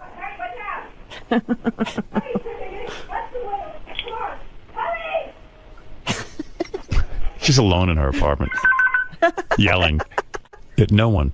It's the crazy alarm going off. Yeah. What is that? What is that noise? Is that a phone or an It intercom? sounds like a phone. It's a crazy phone. Crazy line. It's from the mental hospital they're calling. Oh, that's my mental hospital. That's a special ring they have. I have a hotline. It's like Batman used to have that red phone for the commissioner. Right. Hello? Like she's in the middle of a conversation with us and I left. think she's got like 50 phones. She's taking down the pool. Debbie. Debbie. Hurry. I wonder what she's doing. She tells somebody to hurry. She's talking to her pets, Gary. She doesn't have people to live with her. I think what happened is this happened before when I talked to her. She Yeah. tried There's to- the bird. She tried to hang up, and she didn't hang up all the way. Oh. And so now this is just her and her environment. She's got a dog, too? Yeah. I think she's talking to the wall, though, right now. But I think she forgot that she was supposed to be checking the weather and coming back to us. Yeah. She's on to the next thing. I think she's having a good conversation with a water pitcher. Debbie. All right, I'm going to hang up. I give up. She'll call back. Yeah, so Tim was like, he calls me up yesterday in a panic, and he says, listen, I'm going to put you on a 3-way conference call with the engineering department. We have 3 contingency plans. I go, Tim, I don't want to speak to the engineering department. Just tell me what's on your mind. Okay. So, you know, like He wants to brief you. Yeah, he's going to, like, people just have too much access to me around here. You know, I tell them to call my assistant, Laura, if they have anything to say to me. She'll handle it. Because this conversation with Tim was a complete waste of time. So he goes, all right, here's the 3 plans. If you, in a complete disaster, you'll do the show from your ISDN line. We checked it. It works. I said, Tim, if it's a complete disaster, do you think I'm going to have power? Doesn't your building have a generator, an emergency generator? I go, no. No, it doesn't. There's no emergency generator in my building. How many buildings in Manhattan have an emergency generator? So, It would take a generator as big as the building to run it. right. So that plan was out. Then he had the second plan was, like, you just want to fucking bother me, dude. No, I don't. Gary and I wanted to talk to you. It was a complete waste of time, your I whole wanted to give you conversation. I said, Tim, here's the option. If it's nice tomorrow, I'll be in. All right. Well, at least I was thinking about If it. Ronnie can get me here, we'll get in. And I said, And tell I got Ronnie, all the give Ronnie a staff's hotel asking. room. All the staff's asking. Tell the staff, why the fuck do we know? We don't have a crystal ball. Well, try and get here like I'm trying to do. And if right. you can't, don't put yourself in danger. That's what I told him. Yeah, but why are you bothering me at home? And why are you putting me on conference calls with fucking engineers? It was with Gary. With Gary? Yeah, Gary and I wanted to talk to you. I told you. Oh my God, you guys just waste my time. Sorry, I'll never call again. Just assume I'll be here, and if I can't get there, I'll give you a call. All right. Holy mackerel! And you got to get that ISDN line set up. I go, if we're in the middle of World War III and it's the apocalypse, you really think you think I'm going to have power and everyone isn't? The world wants to hear from you, Howard. Yeah. Oh, you're so annoying. I'm sorry. God, you were annoying the shit out of me yesterday. Really? No, you handled yourself great. You got a couple of hotel rooms. That's it. I care. I want everyone Christie is a fucking retard. At least someone cares around here. Yeah. No, I know. I like that you care, but you don't need me. Now he's hurt. I do need you. I need you. How's your ribs? Oh, much better. I rested. Good. Yeah, I'm worried about him. Thank you. First he shit all over the bathroom and shit all over the walls, and now he broke his ribs. I think he's going through like an old age crisis. An old age crisis, not a midlife crisis. I think he's past midlife. He took me out to eat last night. Should have seen what this guy ordered. He's got the matzo ball soup the size of a bucket. Yeah. It comes in a bucket. Where'd you go for dinner? We went to the Carnegie Deli down the street.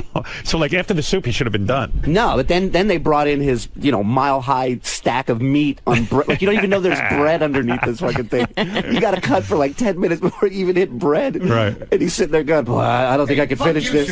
I split it with my son, and I had like a little bit of matzo ball soup, and that was it, and we left. And who had the fucking cheesecake? I had a slice of That's the way they serve it. I don't run their business. You're so pregnant. Yeah. Look at the size. Oh, I know, because then I was inactive for that, because I can't move with my please. And he's telling the guy at the front desk, he goes, this is my life partner. He's pointing at me. He's going, this is my life partner. We're checking in tonight. And the guy, and then he zones out. He starts messing with his phone. He's not paying attention. So I'm listening to the guy. The guy goes, so 1 king bed is good for you guys? And I'm like, Tim, they're about to put us in the same room. He goes, your joke's going not. over so well, we're going to be in the same bed. He goes, no, they're not. No, they're not. Diddling away on his phone. I go, Tim, he's telling me they're 1 bed for both of us. Because we're life partners. Yeah. No, he goes, no, I was just kidding. The guy goes, oh, all right. Great joke. Yeah, you didn't know. He's getting us a room. He's the life of the party. He's all excited about the weather. I tell him, I go, what do I do when I get there? Do I have a room under my name? He goes, just take Ronnie's room. I go, I can't just go up to the front desk and go, hey, give me Ronnie's room. They're not going to just check me in. Give me Prince Charles's room. Yeah, what a nut. He's so much fun. Well, he gets so crazy, and he's calling me, and he's got plans, and by the way, did any of them make any sense better than the ISDN line? It made no sense, the ISDN line. He was just like, here's our 3 different plans, and I'm getting Gary on the phone in a 3-way, and I was like, I didn't even know it was Gary. That was an engineer. He goes, we're going to get on a 3. I go, I'm not getting on any 3-way. Just tell me your plan. And he had 3 different contingency plans. I go, Tim. What were the contingency? Yeah, because I'm trying One to think. was I'm going to have the ISDN line, and all the power goes out, and I'll do it from the house. And I said, you mean my apartment? I said, Tim, if all the power goes out, how do you make the ISDN line work? I need equipment. He goes, well, you have an emergency generator, don't you? I go, no. You got to check the schematics of your building. My building does. No, what building in Manhattan has an emergency generator? Actually, there generator? are a few. A few. I mean, that have it. I don't yours have might that. not have it, and maybe it's only for like essential stuff, like the elevators. Well, I want to say to Tim, is this show so important? I mean that, like, if like there's a complete flooding and a disaster, right? We need to be on the air. We're the last line. Yeah. We have to, I mean, it's insane. You're taking your wife and you're finding safety. Right. I heard option 3 was cyanide pills. Is that true? The other option was, of course, which was so stupid, was like, well, I'll be able to get here. Right. So that's the same option. That's the option you have every day. Right. And then there was a third option. But isn't the third option to go to like another state or something? No, there was a third option. Hey, Tim, what were your 3 options? I know what they are. The third option was switching dates. In other words, canceling today and tomorrow, doing the show Wednesday, Thursday, Friday. Yeah, and no, I know what it was. Tim goes, cancel Monday, Tuesday, Wednesday, and work Thanksgiving week. And I went, what? And I started to laugh. I just started to laugh. I go, get the fuck off my phone. Gary and I concocted all this. Yeah, well, you guys... way to throw Gary under the bus. I said, I'm not going down in flames on this one alone. My boss will probably just want to work Thanksgiving week. Listen, I came up with 4 different ideas. Yeah, but I came up with an option, too. The option where no one can get on the air, and there's no show. And that was the real option. No, I think part of the issue is that anybody that came in today you really won't get home until Wednesday, and there were people that were reluctant to do that. Dude, I told you. Anybody who didn't need to be, I would have done the show myself. 2 people didn't come in and you already goofed on them. No, I'm fine with it. It's just Doug Goodstein writes me a text like, all of the in-demand offices are closed. What does that have to do with me? In-demand offices. I think the feeling is, though, if you don't come in, you're going to get goofed on, and nobody wants to get goofed on. I told everyone, I said, don't come in. Right, do whatever you have to do. But Doug didn't come in, and Scott didn't come in, and Richard didn't come in, and nobody wants Richard's retarded. That's true. Tim, he's living in Manhattan. Him and his wife have no children. Tim gave them a room. They could go live in the hotel. He's sitting there with the power out. And no elevators now. He can't even get out of the building. He's retarded. How could I not goof on him? You all right, Gerbil? You okay, fishy fish? By the way, I found out that Jason just told me the hotel that we're all booked at is a pet-friendly hotel. Right. That's for so dogs. You could have brought the gerbil. What? That's for dogs and cats. I'm pretty sure they'll take gerbils and fish. Yeah. What a dick. My gerbil needs a king bed. By the way, with the storm, it's like, did you notice like Ronnie's dressed like a slob today? Yeah. Like all the rules go out. Yeah. Ronnie's supposed to wear a suit. Like all the security people are wearing their suits. Ronnie shows couldn't up, wear it because of the weather? Yeah, he showed up today like with jeans and that whole rock and roll Ronnie look. Casual Ron. Casual Ron showed up for work. Ron Jovi. Ron Jovi. And I was just like, I was looking at him and I go, nothing happened. There's no bad weather. And Ron's running around. Ron Jovi is running around in his jeans. These are my swimming jeans, bro. Yeah. And I was just like, why today is he not in his suit? Like everything is completely topsy-turvy. All bets are off. Right. Right. Every man for himself. Right. Hurricane Sandy ensemble. I can picture Ronnie like raping Lisa. Like it doesn't matter. The world is ending. Storm's coming. Yeah. I got a cookie. Where's your titty? Your Honor, if you remember, it was the Tuesday of the storm. I thought my life was ending. I saw a storm surge. I got a boner. We started looting Tuesday at 6 o'clock and raping and pillaging. Like, where's your suit? Like, why did that all go out the window? Why do I have to wear a suit? First of all, nobody's coming Everybody's here. I'm Nobody's here. here. Julie's here. Benji's here. Yeah, I have to wear a suit for them? No, but I mean, everyone in the building is here. I mean, no, not everybody in the building is here. No, everybody in the building is not here. But why can't you wear your suit? I saw security were dressed in suits, shut up. Ron. Look at you. You look like you fucking came from the homeless shelter. I don't dress in suits. That's not my job. No, but I mean, like, why today? Because of the storm? Why do I have to go out? It's supposed to pour later. Why do I have to go out there in a suit later? For what? It's not pouring. It wasn't. Yeah, now. Why are you breaking my balls? I'm fucking here, aren't I? Hey, great. But I'm just saying, rock and roll Ronnie. The rock and roll. This is a nice white shirt. It's not rock and roll. What are you talking about? Show everybody your jeans. I'm not alled to wear jeans. Ripped jeans. I see You got the ripped jeans. Let me see and I got my dicky on. Assemblage. Look at that. The rip comes with them to look hip. They do. I know. These are cooked come on, man. The They rib ripped makes them it. for him? You can see skin. My cock. Listen, He's got Jason's his wearing a jacket for me today, okay? He's got his walkie-talkie tucked in his back pocket. What is wrong with you? Turn around, you Howard. stupid ass. Turn around. It's like, Yeah, Let's see what? your walkie-talkie. Come over here. Let me see. I always have it in my Let me back see. pocket. Let me see. I got You just don't fucking see it, Norman, because the jacket covers it. That's why you wear a jacket. Stop it. So you don't look like a 12-year-old. Good God. You ever use the walkie-talkie? You see Lieberman out there? He's wearing his mom jeans with he's wearing muttlocks. Is he? He's wearing like he's going to get caught in like 20 feet of water. Well, you're doing the same thing. No, I'm not. I'm wearing regular shoes, like Timberlands. He's wearing Lieberman. Come up here. Show him those duck shoes you're wearing. Why not? Oh, this your walkie-talkie. Who's, Oh, he's on. let me see on the Who's he in walkie-talkie. touch with? Who you in touch They with? weren't calling me. Go ahead. See if you can get on there and make contact with people. Just ask for a weather update. See if there's anybody out there. Brian, what's going on out there? Come on, just look at a minute. Nothing, Ronnie. He was just calling out to me. All right, good. All right, thanks. Look, they all know Ronnie. Over and out. Over and out. Ron Jovi. 10-4, 10-4. I mean, Good John buddy. Lieberman's wearing a jacket at least. I mean, I look fine. No, you don't. Where's your suit? Are you wearing those stupid mom jeans again? Your belly's hanging over you. no, those jeans are better. These are Look at it. Look at those boots. Look at where did you get those from? My grandmother used to wear those. I have those. Those are cool. Yeah, these are duck shoes, they're called. And these are different jeans. These are express jeans that I've had. They're not new. Express. These are called duck shoes. Isn't and Express a store for fat chicks? I'm just asking. Ronnie, look at what you're wearing. What am I wearing? You think your jeans don't look like mom jeans? No. Let me see. Move over there. I'll tell you what. First of all, you're wearing a cartoon mustache. Big giant. What's that cartoon character? Yosemite Sam mustache. Shut up. And he's laughing at John Lieberman. yeah, really. I'm going to be here until 8 or 9 tonight. Oh, really? And so by the time I leave, the water could be torrential. And so I have these boots. Let me tell you what. What's so funny? I don't know what's so funny. I really don't. Look at him. I really don't know why. Look at him. He's set for the storm. And my belly is not hanging over, Yes, it thank is. you.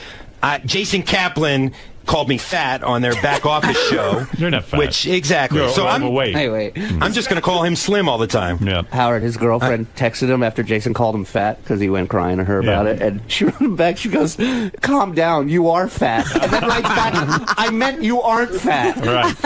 All right. Anyway, we'll take a break and we'll be back right after these words.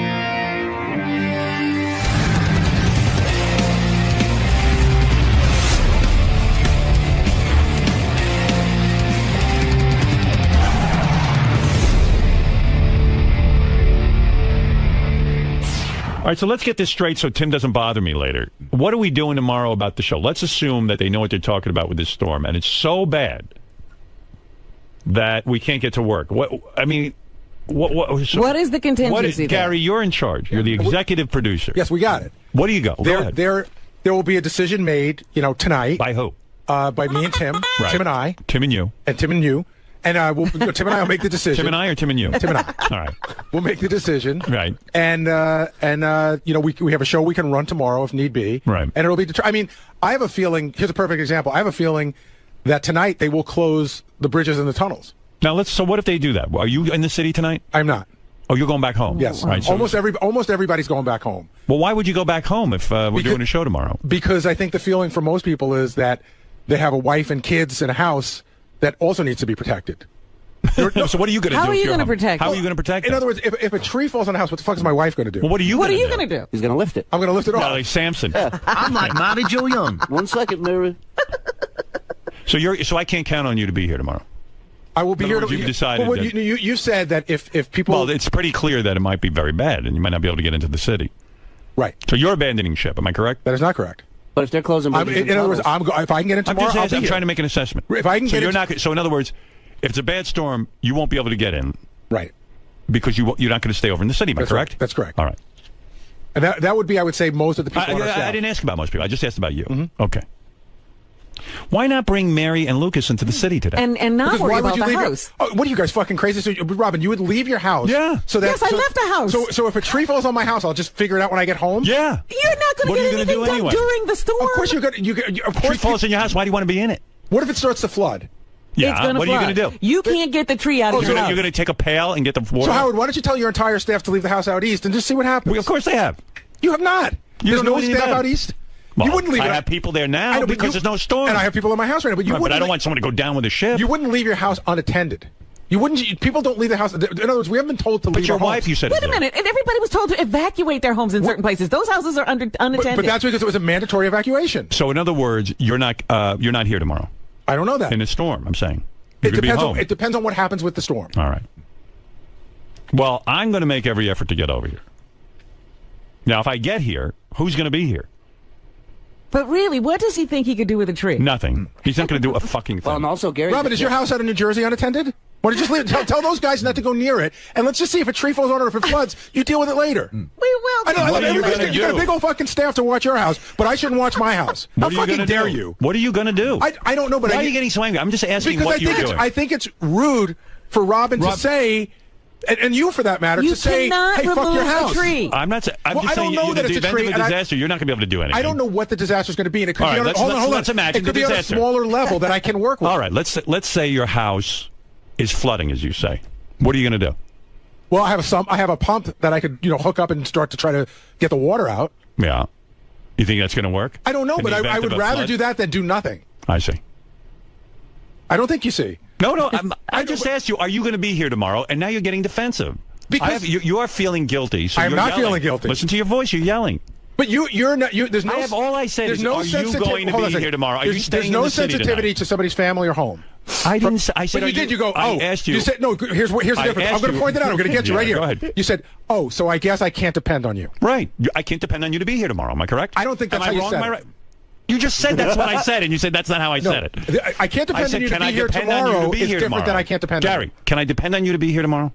If the weather allows me. Can I depend on you to be here tomorrow? Is it an absolute that I'll be here tomorrow? The answer is no. Okay.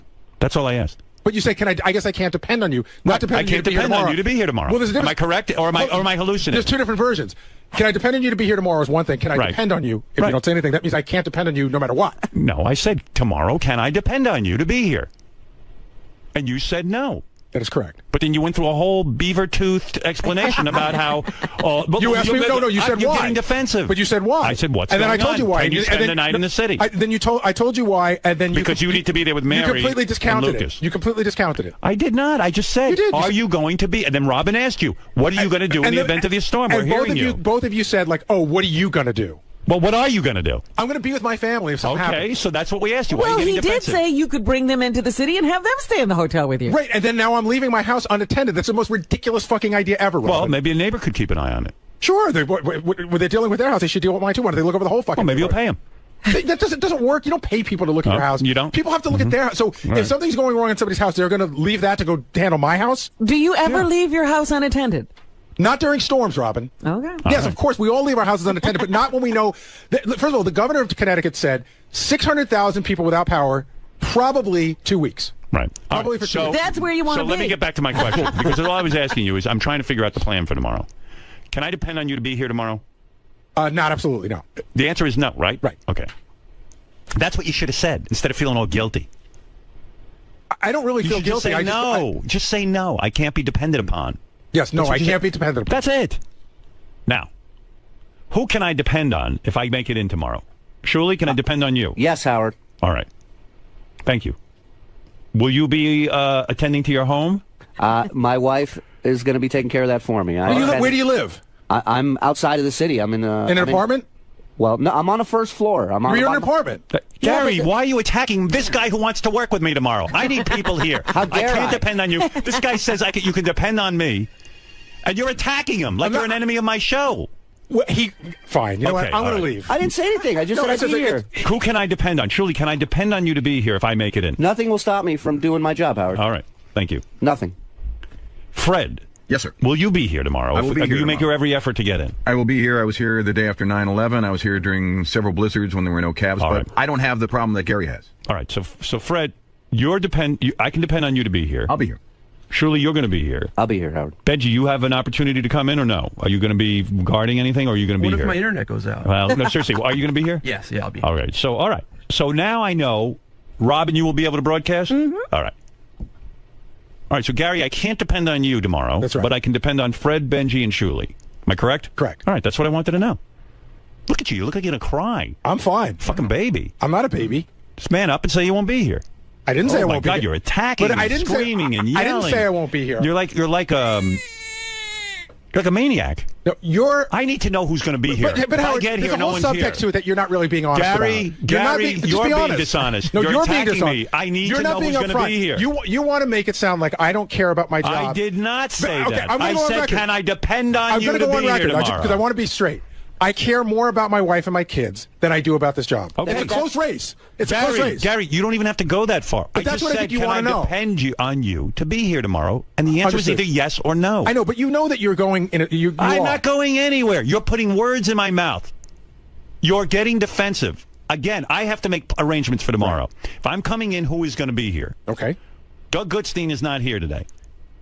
There's nothing going on, and he's not here today. In-demand offices are closed somewhere. There's two TV guys. Gange's directing the show, and there's one other guy who's doing cameras. Well, that's the case. Why don't we do that every day? Yeah. Like, why do we need these other guys? Why do we have all these extra people? We could save a fortune. And Rob, the camera guy, is doing the hallway camera. Worst thing you can do around here is show you're Where's my expendable. shit bucket? Right. You know? Oh, trust me. I'm looking over the whole situation. And Gary, my family is most important to me as well. But when they asked you why not bring your family down here, then you said, well, the house. Why leave the house? So if your family's most important, you'll get to the house when you Gary. get there. I just needed an answer. Who is going to be here? You're attacking him. I just asked Gary a simple question. Can I depend on you to be here tomorrow? And he just attacked me. Yes, it was a full attack. It was. You attacked me too. You're a defensive guy. You could have said, will you be able to make it tomorrow? But can I depend on you? No, I said the same thing to Fred. I said the same thing to Benji and Shuli. Can I depend on you to be here tomorrow? And it insinuates that not coming in makes me undependable. Gary, that's your interpretation. Well, okay, it's an interpretation. Can I depend on you to be here tomorrow? Gary, can you be here tomorrow? Gary, can I depend on you to be here tomorrow? They're two different questions. All right, Gary, can you be here tomorrow? I will do my very best to get here, weather permitting. Okay, can I depend on you to be here tomorrow? Same answer. But I think you're asking a different question. I really do.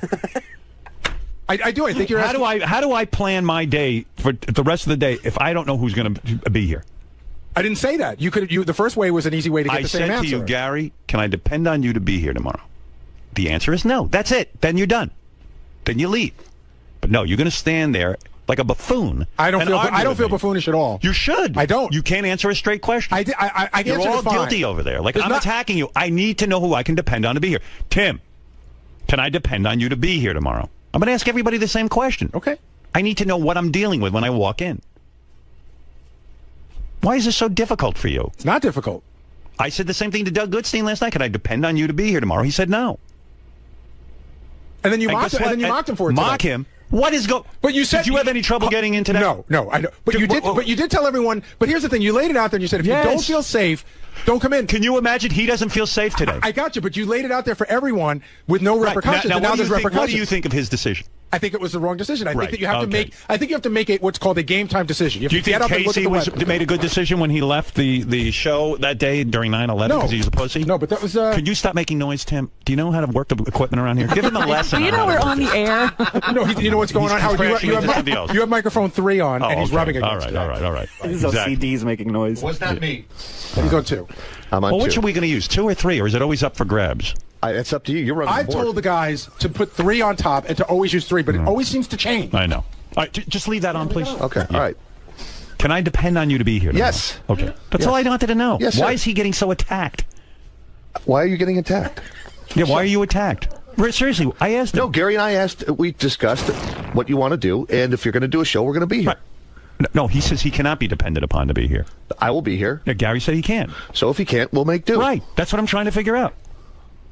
And what are we going to do if a tree falls on Gary's house?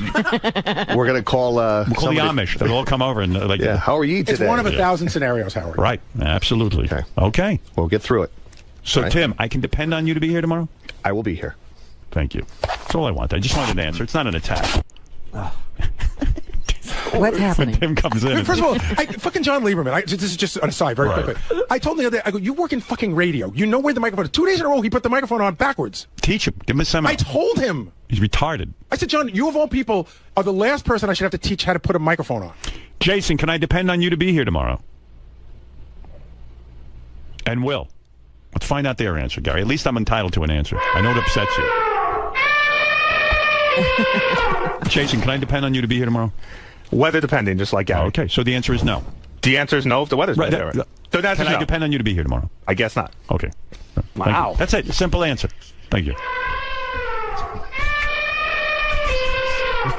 Is he worried about trees? Do you know? He's in a flood area. He's in a flood area? He's actually in a mandatory evacuation area. He and his wife have. I live in a rowboat. Decided not to listen. Do me a favor tomorrow. They're staying put in an evacuation area. Teach John Lieberman. Oh, you won't be here tomorrow. Who's going to be here tomorrow I'll to be teach here, John Howard. Lieberman? Will you teach John Lieberman Sure. tomorrow how to use the headphones? Sure. Thank you. You got it. Right. Who else, Gary, can I depend on? I don't have to ask him. Did Will answer? Will, can I depend on you to be here? I'm just trying to find out who's going to be here. Gary's all upset about it. JD. I shouldn't ask anybody? Oh, JD will be here. Yeah, right. Believe me, I know that. It's better here than wherever else he might go. Wherever he has to go, it's bad. Robin is Can you so- imagine if he told you he's not coming in? Right. Will, can I depend on you to be here tomorrow? If you really need us to be here, I'd be here. Can I depend on you to be here tomorrow? I don't know what that means. Are you? My wife and my child are my priority. Understood. So, can I depend on you to be here If you tomorrow? said, I really need one of you guys to be, if you need Gary to be here, if you need me to be here, I will I be didn't here. ask that question. I said, can I depend on you to be here tomorrow? I said, if you need me to be here, I'll be here. I said That's all I can that, say to you. that everyone makes their own decision. I don't want anyone putting themselves in harm's way if they feel threatened by the weather that's supposedly coming, or they have a situation, to stay home. So now I'll ask you the question again. Can I depend on you to be here tomorrow? I am slightly concerned about leaving my wife So and the child answer alone. is yes or no. So the answer, I guess, I don't is care about the reason. Go ahead, yes or no. The answer is no. No, okay. All right, so you can't be here tomorrow. All right, so Will. No, I'm not saying that. I said if you. The answer is no, I can't depend on you. Is that correct? Yes or no? If you say you need me here, I will be I here. didn't say that. I don't won't need you leave. here. I don't need you here right now. You can leave now to prepare. And I want you to go to Gary's and help him with the tree.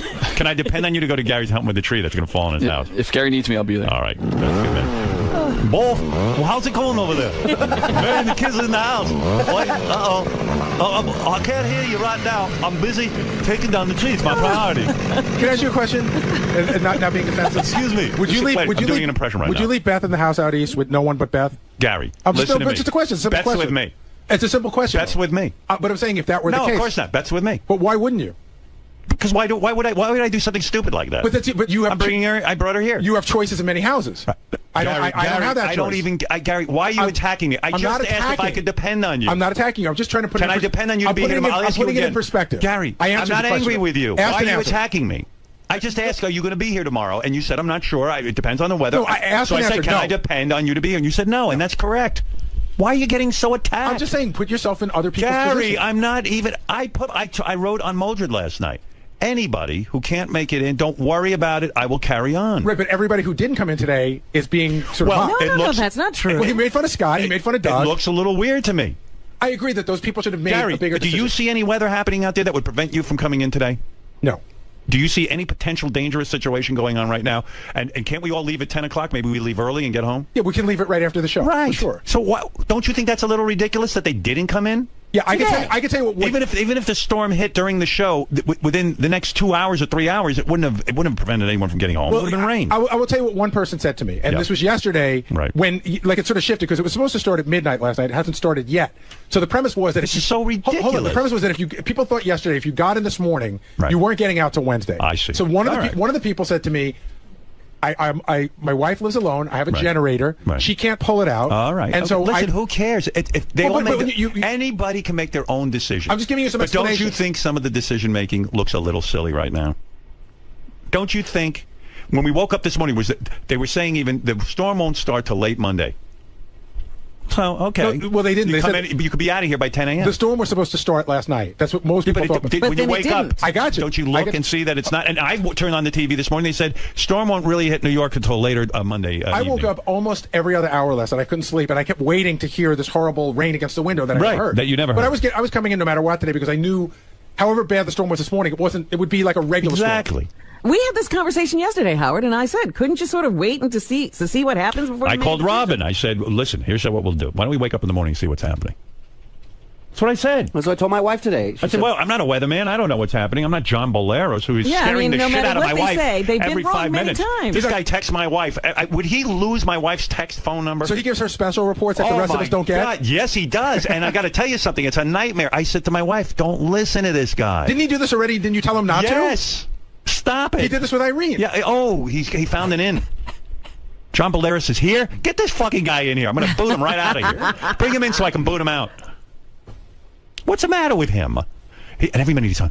I've never seen anything like this. That's what they're all saying. They all are on the TV going, have you ever seen anything like it? You know why? Because it gets the ratings up. Yeah. Of course. Of course, that alarmist attitude makes people tune in. Fox News had Geraldo outside last night. The wind wasn't even blowing his hair. And he's on there. We're out here like he's in Afghanistan. Like he's the bravest guy.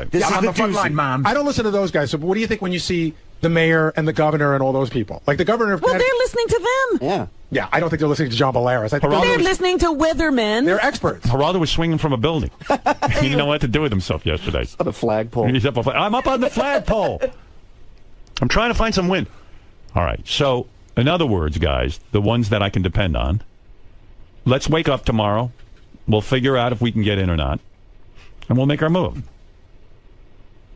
Gary, we're in a planning session with the people who are definitely going to be here. Please keep quiet. That's what I'm talking about. Howard, I watched in a planning session. Gary, how'd you get into this closed meeting? Yeah, how did you get in it? Yeah, we can't depend on you. Hey, Boleros, what are you, a fucking maniac? Guy is a maniac. He is a maniac. Let me turn my attention to you. What is your problem? What are you, hopped up on something? Yeah. Dude, he lives for this. Can I say something? Lose my wife's text number, will you? I'm being serious. I mean, what are you doing? Wait. You text my wife. You start on Thursday. On Thursday. No, I really I would have started earlier, but I didn't want to bug anyone. Yeah, well, you're bugging my wife, and she's walking around in a fucking panic. John Boleros just told me he's never seen anything like it. It's true. And didn't he say that the last time? Do me a favor. Last time you wound up in Pittsburgh. Yeah, I mean, you really because of him. Yeah, because of you. I had to move a dog and 3 cats. You were going to go to Vermont. I said no. Vermont. Beth said, do me a favor. Let me just do whatever I have to do. Even if I die in the storm, it's better than you would have listening to flooded out in Vermont with Irene. You know what? I know that. You see? I heard that on the news. I didn't need you to tell me. Yeah. No. I did. No. You get her worked up. No, I mean, no. I was there. You're keeping her safe. Yeah. John. Listen. Please. No more. No more? No more texts. You got to stop. Safety? No. Seriously. I don't really? mind. I like you. You know I do. Yeah. I've hung out with this guy. He's a good guy. But why do you have to be safer than everyone? Like, you talk to people publicly, Right, and you warn them. So why does Beth have to be safer? Because I'm Howard Stern. He's Howard Stern. Yeah. No, there's a connection there a little bit. I know from. But I know you. We know each other. Well, I didn't get a text or anything. Well, I don't know your text. You want? Yeah, I can do that for you easily. He'll text you. Oh, trust me. You don't want. He'll drive you crazy. Yeah. I give Robin. I don't even know how I got my wife's. I don't even know how I got my wife's phone number.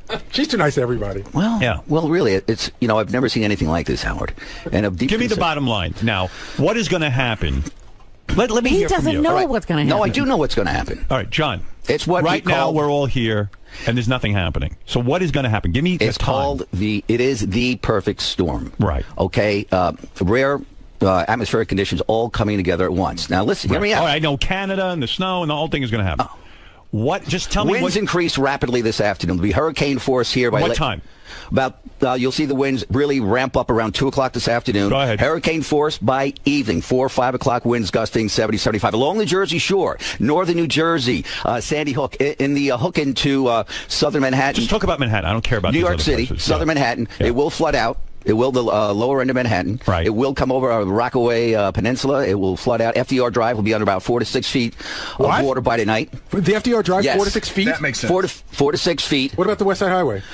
No, well, there'll be flooding on the west side. We're in right now evacuating a Zone A. I think it will go perhaps to a Zone B because the storm continues to intensify. Haven't seen anything like this. Even the 92 nor'easter can't compare to. This is a storm that we've never predicted before. See, now this is what's going on in my wife's text, and she is in a panic. But it's serious stuff. Do you not think it's real? I think it's real, but again, we've been not lied to, but the prediction in business is hard. In Italy, they would kill you. Storms aren't that easy to predict. In Italy, they'd lock you in jail. But what if they're right? Yeah, right. What if they're right? No. What if they're right? Then it'll be right. I mean, what can I'm trying to get a handle on this. But the problem is, if it's right, then I'm going to have to deal with it anyway. I'm not going to be in any different situation because he's telling me. That's how I feel. Right. So it's like texting my wife is only going to make her mental. Record flooding. New York City, southwest end of Long Island, north shore of Long Island, going in through into the Lippen into Great Neck region, all of Lower Manhattan, East Side. I told you about the FDR, the Rockaway Boulevard probably be underwater. Flooding. So, I mean, tidal surge. Yeah. Bottom line, will we be able to broadcast tomorrow? Should I even make an effort? I will. Now, what are you basing? Can I depend on Gary to be You're in here? a safe zone here. So you don't think we'll lose any electricity here? Oh, well, there'll be power outages for days, but mainly in the suburbs. The grids are tough to take down. Where in are New York these City. grids? I mean, what do you understand power? Trees going down, knocking down the power line. Right. So that's Manhattan doesn't have any trees and power lines. No, but there could be scattered outages but in it comes Manhattan. into Manhattan online. Does Manhattan have any place where they make their own power? No. No, that's too bad. No, but You want to build a dam or something? If I'm mayor, I would build a power thing right here in Manhattan. Well, you got to have some place to make the power. I don't know about that. You got to either have a nuclear facility Okay, or you've here we got to go. have a dam. I'll build a dam. I got a beaver working here. Well, listen, it's my luck. I'm chewing as fast as I can. Beavers are good at floods. No, it's a life-threatening storm, Howard. Yeah. It really is. It's going to go down as probably the worst storm of all time in the Mid-Atlantic and Northeast. All right? Can I ask John a question, Howard? But we can still get to work. Well, if not if you're coming from the suburbs, not if you're coming from Lower Manhattan. They're going to be shutting down. There's a possibility that See, if I was mayor, I would turn Central Park into a nuclear power plant. South of Canal, there could be some serious flooding. It could shut down. All right, there so could what's be a the problem bottom with line? the subways. Should I plan on doing a show tomorrow? Here, yeah. Here. You're safe here. Okay. You're not I'm safe. doing it then. Yeah. I'm coming in. Will Howard be able to travel around the city to get here and back? Yes. Not going to the lower. No, I got you. lower. Not going to the lower area. West side. No, you're fine. Okay. You're fine. You're in a safe zone. All right. Many people are not in the safe zone. Well, my guys in hotels are, so right. they'll be here. That's good. All right. Right there, you're fine. Yeah. So what are you in a panic about? As long as we can broadcast, America will be happy. Well, there's other factors. I mean, your listeners are the listeners deep concerned. Well, not to me. I have to be safe. That's all my listeners. And my listeners only care about me broadcasting. No. Of course they do. All right. Well, tonight you'll do the weather show, and we'll see what happens. Yeah, it's going to be bad. I hear you have a hot girlfriend. Everyone's crowing about her. Yeah, she's sweet. This guy never has problems with women. I know. 99 Well, they tell me problems, those but a bitch ain't weathermen one. are lady killers. Oh, yeah, weathermen are lady killers. Except for Sam Champion. He's a guy killer. He brought her with him to the block party in Philly. And She here now? Yeah. Let me see her. You mean here in the building? Well, she came with me. I was going to leave her There's going to be alone. a storm. He's not going to leave her alone. He took his girl with Where is she? him. I'll go get her. This guy's a gentleman. She should be outside. So, John, she's a sweetheart. You're doing a show tonight, right? Right. I believe. Whoa! How did you get her? Look at this. Look at this. Oh boy. How did he get you? Hi, Howard. How are you? Marona me. What microphone are you on? Three? Look at that. Yeah, she's a sweetheart, Howard. She's younger than you, right? A little bit. How much? 20 years. Wow. I was going for 10. I think you look good then. Oh, thank you. By the way, John didn't meet you by texting, did he? And you didn't used to be married to a DJ, did you? I did not. Right. So, John, every time I'm gotten together with you, you always have a hot girlfriend. These are different women. Well, I knew his other hot girlfriend. I like beautiful women. Wow. But she's a sweetheart. She's not only hot, but she's, a great soul. Could there be marriage in the future? Yes. How long has this been going on? Wow. You're in love. About a year and a half. Are you in love? In love. You in love with him? I couldn't be without her. You are? Yeah. What do you do for a living? I'm in sales. Nice. Yeah. So you have a job and everything? Huh? I do. Wow. She's working on. She's working. I'm not. I know what she sells, but I'll take two. Right. Yeah, what do you sell? Do you have a product? I sell Stone. tile, natural stone, hardwood. Stone? Oh, okay. I need some of that. Yeah. Sure. Gary's got a house. I'm predicting Gary's going to need it. Give me 100 square yards. Stone, good market, yeah? It is. To make a lot of money selling stone? Well, No. Works a lot. Not enough money. I That's work for sure. very hard. Wow, good for you. Yeah. How did he meet you? Where? Mutual friends. Yeah, you were set up? You want to hear the story? Rather hear it from her, but okay. Don't tell that story. You tell it. Fine. All right. Well, where were you? I was having a little dinner party at my apartment. Right. And at the time, I was dating someone else. Right. She was dating someone else. Right. And there was some interest Connection, there. yeah. Connection. And then. But she wound up at the party because you guys had mutual friends? Yeah. Yeah. Yeah. How long before you go to bed with John? Like how long? 3 hours. 3 hours. Oh my God. 3 hours. Look at this Banged guy her at the party? At the dinner party. No, it was down the road. No, it wasn't 3 hours. It was down the road that we got together, and then it was 3 hours. You had sex 3 hours later? Wow. But it was seduced you quickly. He did. My goodness. He was the same way about that with her, with that he is about the weather. Yeah. Relentless. What does he do? Does he impress you by telling you the weather and the dangers of the storm? He does, actually. Yeah. Has he been texting you the weather, too, the way he's texting my wife? No, I get it firsthand. You get it firsthand? Yeah. Oh, this is unbelievable. Look at the storm. My work's yelling at me. You have to leave now. You have to evacuate. And that's what he says to my wife? I didn't say evacuate. I said you're safe. Yeah. All right. Well, all right. John is going to be on the air with us tonight. Mm-hmm. He's going to be covering the storm no matter what. Right. I can depend on you to be here? Absolutely. All right. That's my life. Good for you. Yeah. Good for you. I can depend on you. We will get married. This is the first time. Once you propose. Have right you now. proposed? Truly in love. Have you proposed? No. Go ahead. Do it right now, John. pussy. Let's hear it. No balls. Let's go. What is your name? I don't even know. Erica. Erica gave me John? no. She goes no. Well, she knows that. I love her. No, it has to be right. This is right for us. We don't care about what's right We're all for going you. to die tomorrow Yeah, it's anyway. perfect for Tell your us. grandchildren about this. On the day of the perfect storm? How romantic. Yeah. That's true. Marry that perfect ass. John, is there something you want to say to Erica? Well, you know I love you. I know you do. And you know we're going to be married someday, right? Yeah. Well, And you're always by my side. say it. In the worst of times, she's by my side. You know, Say You've been through some things. the thing. Say it. Erica?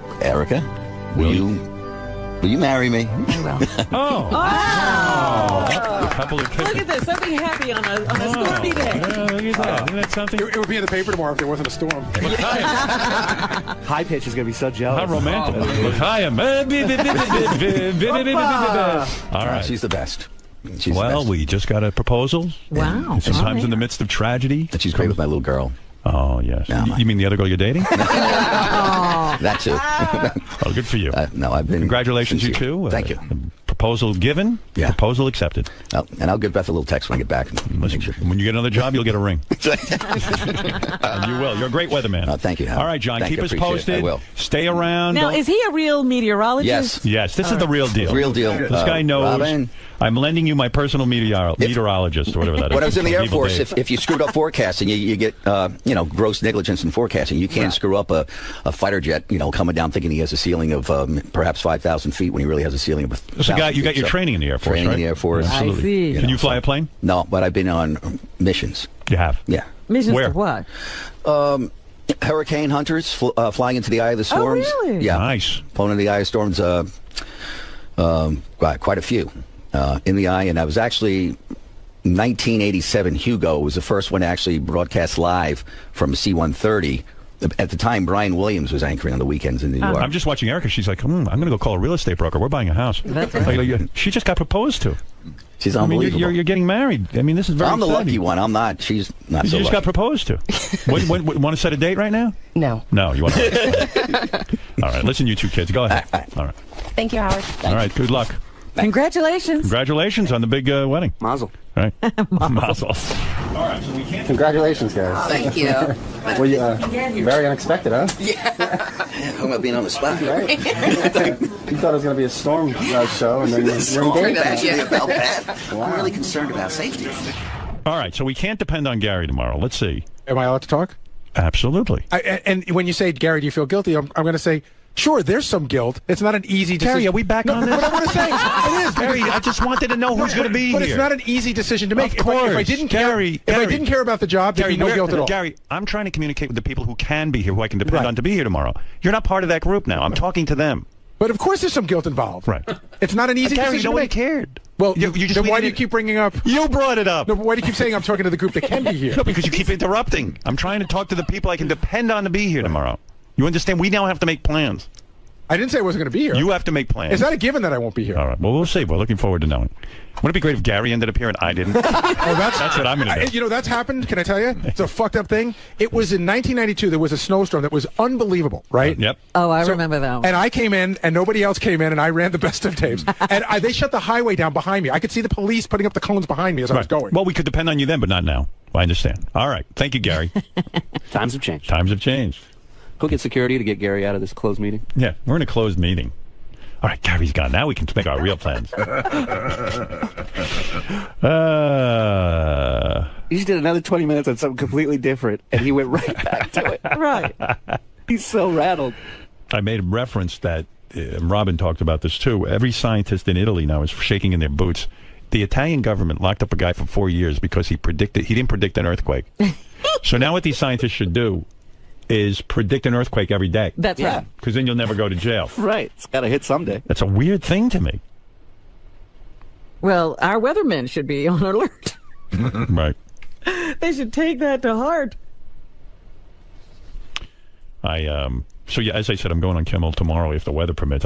From what John Bolaris is saying, that Jimmy Kimmel will not be doing Jimmy Kimmel is in it. question. Yeah. He can't depend on you. Yeah. Can he depend on you? No, of course not. It's a simple answer. I said to Gary, can I depend on you? You're a wolf. Mary, the kids, leave it to the trees are falling on my house. I love my house. I love my house more than you. He just said the most insulting, jerky things. My jukebox will be exposed. He didn't have to say a thing. All he had to say is, no, you can't depend on me. I said I love my wife and my family. Robin asked me a question. Robin asked me a question. Could Jimmy Kimmel depend on you tomorrow? I said no. I didn't say I love my house. I love my wife. I mean, you're a fucking maniac. Oh, please, go away. I'm in a closed meeting now with dependable people that I can depend on. And pretend. All right, thank you. All right, got it. My house more than you. I got it. No, but, Okay, got it. Acknowledge it. Acknowledge. Shit up. Okay, good. Hello, big screen TV. I love you. I like when he looks at you and goes, I don't have a lot of homes like you do. Yeah, all the anger came just pouring out his fucking guy. I don't have a palace in Versailles. Yeah, can I? You have staff. I don't have a staff. I don't have anybody. Just shut the fuck up. That you have. All right, good. I have a staff infection. Gary, I just asked. Jimmy's not mad at me. I just said he can't depend on me tomorrow. If there's a storm, I don't know that I can get there. I mean, it's such a simple answer. I can't believe I got to take shit, by the way, from Shuli, who almost got fired for missing almost a shitload of days. Right, Shuli? Still attacking Gary. I don't know why you're Gary, I don't know why you're just asked attacking the me. question. I'm here. You're not getting I'll shit be here from tomorrow. anybody.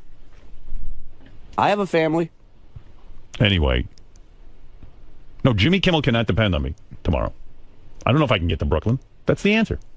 It's a simple answer. Now, when are you going to tell Jimmy that? I'm going to tell Jimmy right now. You can't depend on me. I don't know. Jimmy can't depend on Jimmy for tomorrow. No, Jimmy is planning to record his shows as they have planned. Oh, is that right? He's going to go through with it. Well, I'm He's going to make every continue effort. to tape. I'm going to make every effort. But if a tree falls on my house, What do I do then? what do I do? What would you do? He'd stand there and stare at a fucking tree on his house. Look at what Jimmy's doing. Jimmy's bringing along a backup generator. Well, his house in California is not... He's abandoned. He is not in the path of Sandy. He has more choices. He's flying out the crew early. I don't have the choices you had. I haven't taken one phone call. No, how are people faring in this weather? How are you faring? This person's underwater. Yeah, I won't bother him. James, go ahead. You're on the air. Rain hasn't even started. It's underwater. James, No, the go rain ahead. has started. Oh, it has? Yes. Hello? Uh-oh. Mary, I'm coming. Call me as soon as the first drops hit. Oh. Uh-oh. Lucas, get the chainsaw out for the tree that's going to fall. And the other thousands of scenarios.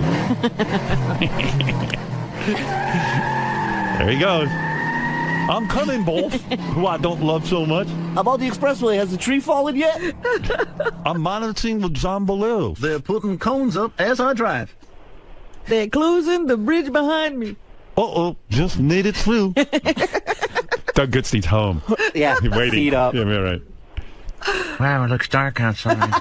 It's getting darker by the minute. It's dark. So bad out. Mary, there's a roadblock. I'm going through it. Gary, serious, and I'm being serious. You should leave now. And I'm being serious. Gary. The rain has started. Gary, the rain just started. I'm serious. Go home. I don't need to leave now. The rain's not a danger. No, but seriously, go home now because it could rapidly get bad. And I'm being serious, and I know what's a good time to leave. I have more things to do Sure, here I think today. you're being irresponsible. Your home's getting wet, Gary. Yeah, there could be flooding already. Mary, stop building an ark. Yeah, Mary's building an ark all by herself. Get 2 animals, 2 by 2. What if a window is open?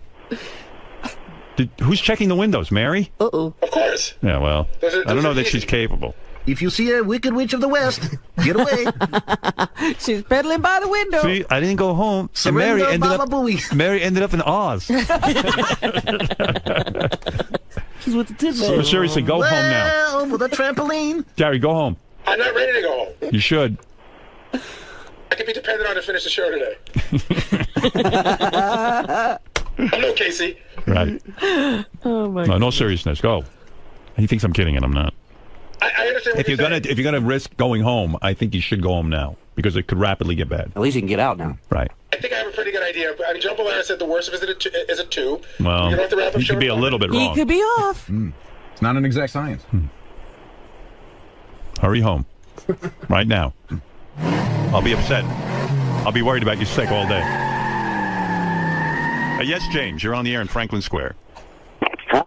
Are you safe? No, Are there white caps in the bird bath? What if there's flooding and a tree on the house? And we have to identify the tree. At that point, I would just abandon ship, right? Yeah, like, what are you gonna, Absolutely. and emergency services are not going to get there right away. They're not going to get... No, Tree just came through Gary's the acting window. like he can get the tree out there himself. Stop tearing sheets. We need tourniquets. Put glass under my gums. Oh, no, that's Mr. Ed. Tape the windows and my teeth. Hey now, Hey, now. I live 2 towns away from Goodstein. It's not bad at all. There you go. Not bad at all out there, Good. is it? Well, I'm worried about Gary getting home. What are your parents doing? You talk to them yet? Yeah, I called my mom last night. Oh, Like, yeah. like, what can I do for my parents? You know, they're in their house and stuff, and I go, Mom, I can't hear you so good. I go, okay, I was on the cell phone, you know? Oh, forget it. Then there's no communication. I go, okay, I'll be quick. Are you okay? Of course I'm okay. Well, I'm worried about you in the storm. Are you prepared? Do you have things? I mean, what should I prepare? Your father and I went out. We have water. Look, if the power goes out, that'll be terrible. But we're fine. I mean, what can we do? I go, I know. I just feel like I should call you to pretend like I'm sort of interested. Like I'm prepared to do something. Yeah, like, what can I do? If a tree falls on, I love my parents, but if a tree falls on their house, what can I do? Nothing. I'm not going to go out there with a chainsaw. No. I would, bull. Like, does Gary really guard his house? I mean, what is... From looters. Like, He has- neighbors, like, guard the houses, too? I mean, do they, like, take turns? I know Gary has web cameras on his house at all times. Like, you can go online and see his house. What if our address falls off the house? Then we won't know where we are. I'm constantly monitoring you. We're monitoring? That's a good thing, right? You would think they would do something, being he's like the Paul guy now, you know? Gary has a crossbow now. You got me. Look, he's got a crossbow. I'm back. I'm back like an Why? asshole. Why are you back? Would you go home? You know what?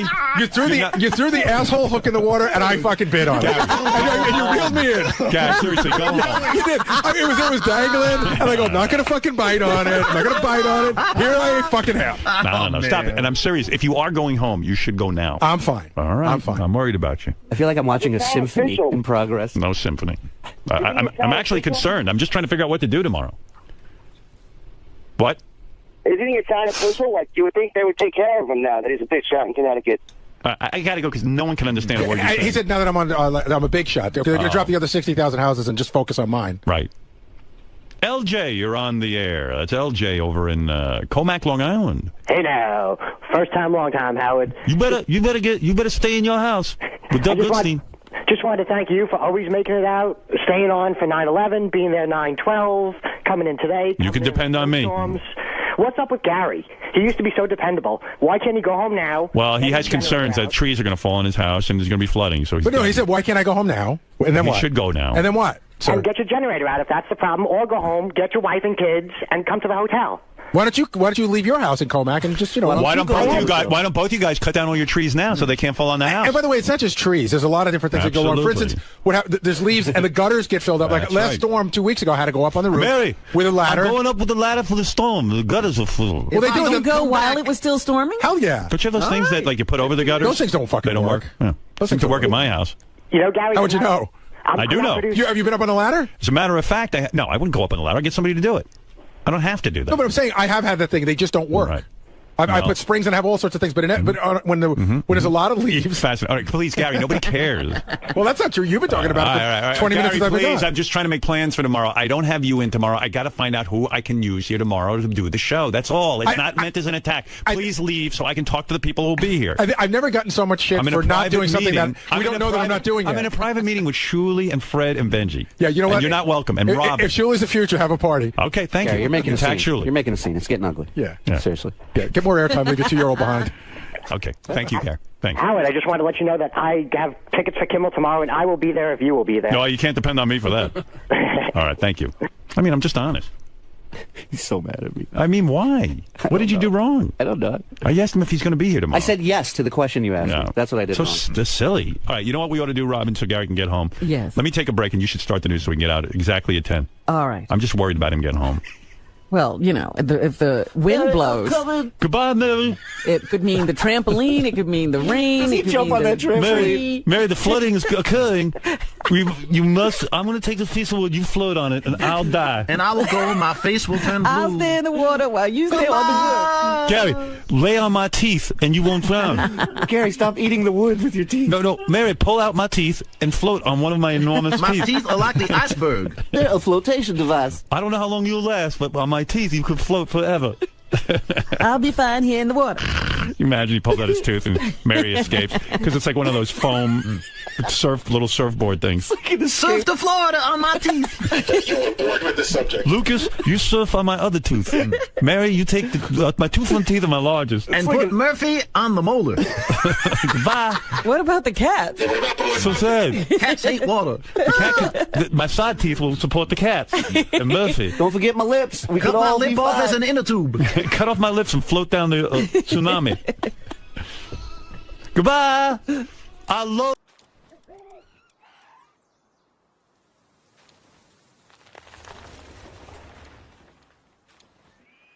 Dude, I'm about to get a grappling gun. Holy shit. I just gotta go fucking mine these things. Why? You can use one. Yeah, but it Oh, this is built up. Fuck it. I can just do it, huh? I wanna put my egg in there. So do I have to unlock it though? Yeah, do it. Ancient technology on the side. Oh. Yeah. I was confused too at first. I was like, bro, where the fuck is the egg incubator? I don't have ancient civilization parts. Huh? Yeah, you do. You just got some. Did you not?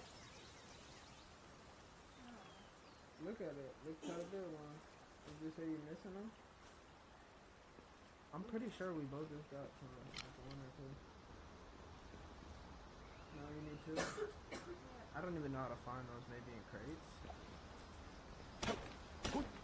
I got ancient technology points, like what you just they gave me 5. Did they give me 5? Look at it. You got 4? Yeah, they gave me 5 too.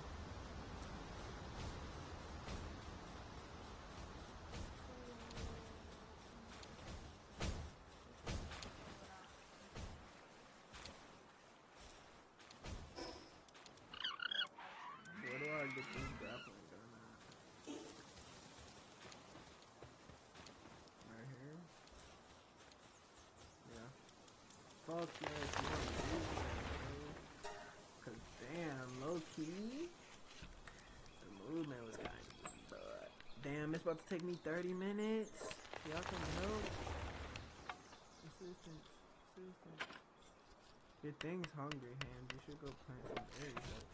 So you can eat. You don't have to. We didn't kill anything. You don't have no meat? No, I don't. We're getting raided. Herd of men eating wild cows. Oh no. Ham, you gotta do that. You got that. My pals got your back.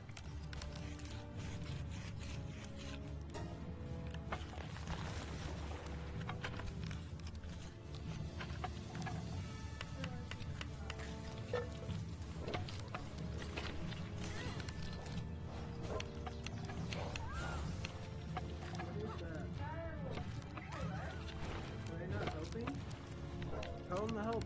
Call the command. Call the command.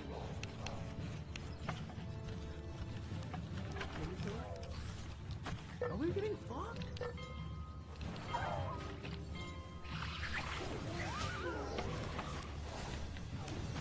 Yes, dude.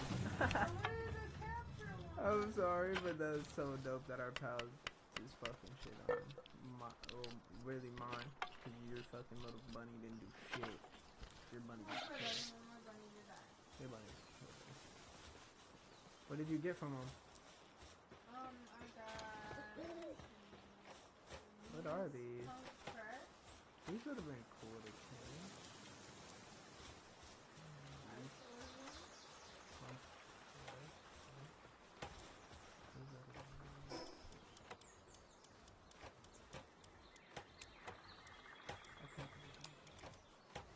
This has to be a weapon. Let's see how this works.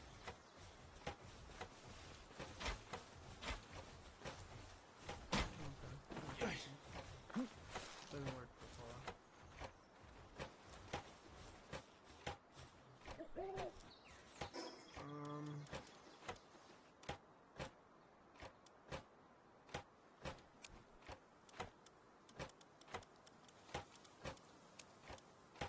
I think I'm about to stop this real quick.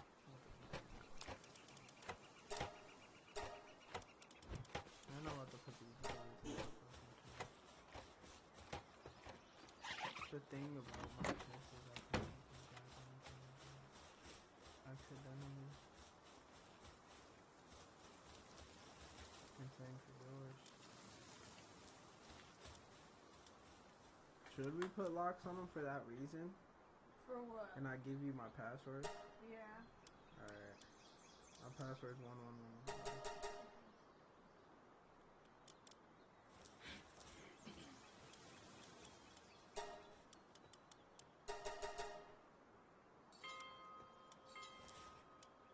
What did you tell them to do?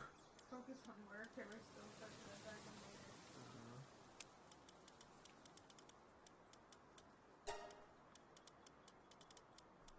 Did you make an egg incubator? Or you don't have anything? What is this shit? I need a capture, so what? For real? Capture or kill? Capture or kill. You could kill it. Because I thought I had to capture one too and I accidentally killed it and it still gave. Oh, that's how you get ancient technology points. That's literally what it says. Oh, okay. There you go.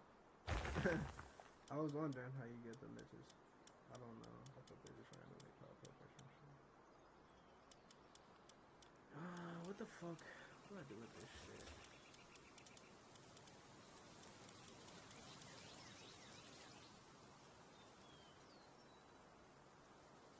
Can be sold to merchant for a high price. Okay. I got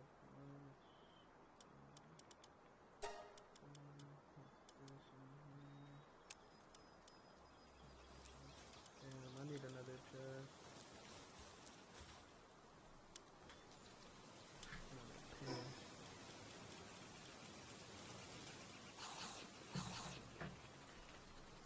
Yeah, what's that? Orange. Yeah. Say yeah, Robert. Yeah. That's what the fuck. Imagine. Hey. So. What's that? This one?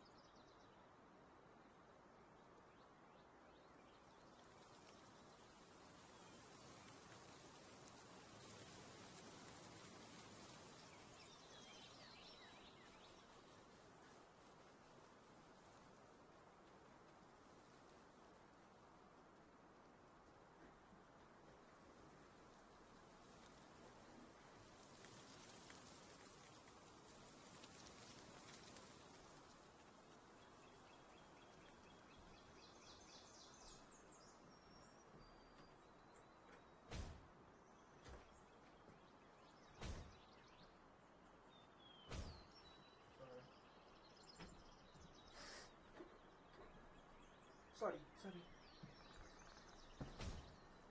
You ever seen that? Let's go to bed. Huh? Let's go to bed. Okay. already in here too. You need to make me one more chest of money. Or should I just make it? Upset and will not do any tasks because he's hungry. Okay, well why the fuck are we not making any goddamn berries over here? I need to get another fucking penguin. Or you need to make your penguin work. Make your penguin work. The fucking bunny doesn't be doing shit. Penguin would be doing shit and it would be leveling up. Get back here. How do you add this shit to him? Wanna ignore me? What? Like the espresso. Oh, I don't know yet. I don't want to do that because I don't know if I want to put it on screen. You shitting me. We'll take another one of your guys out. Can I take one of them out? Yeah, I can. No, no, no. I can take one of them and put them in my box. No. You want that one? You want that? You want that? You can have that one. Like I already asked I you. don't know. I mean, I can. Why not? That one's fucking dope. I like her. There you go. Finally, we got a water nigga. Yeah, he's going over there. Thank you, Hannah. Jeez. We don't got no food. Grab your egg. Let's see what it is. Okay. Oh, that egg looks sweet. Damp egg. This egg looks gas. I don't know what it is. Alright. Oh, a surface. What the fuck? Fuck you. Fuck you. That was supposed to be my egg. I tried to grab it. Poachers often catch them and use them in place as surfboards. Bro, him. So you can use it as a surfboard? Hydromaniac. Bro. Hydrojet. Swift swimmer. You stole that from me. Give it to me. I just gave you the fucking... That was my egg. I'm just joking. If you really did though, I would have been sick because I'm low key sick. That's funky. I thought you were gonna get something more sick. that we have already seen. Yeah. That's No. All right, we need to get more food. I'm about to have my penguin help out. Go help him, dog. I'll have him doing it by himself.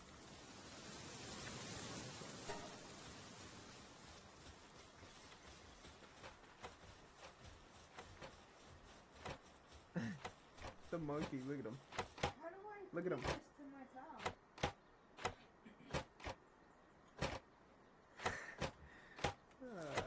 I'm about to name him Tarzan.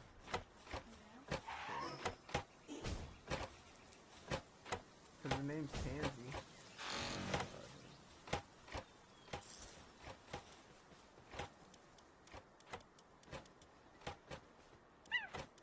You haven't even changed none of your names because you're not creative like me.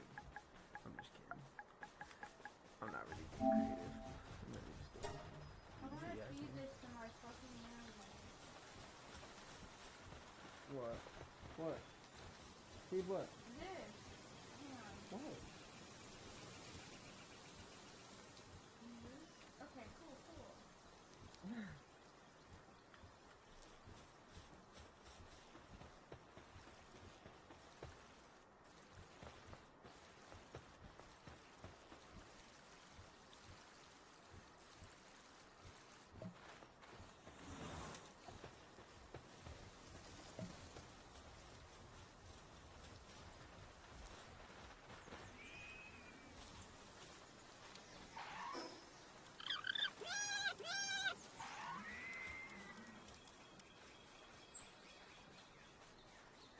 We need stone and egg.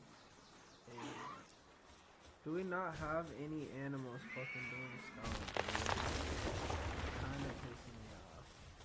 Like I gotta take some of these wood motherfuckers out of here. There's too much wood. What should I do? What should I do to get more stone? Where's the stone thing? You need to bring. You need to build. Where? Where? You never built it. Build a new one because we need stone around here, and I don't know if any of these niggas work on it.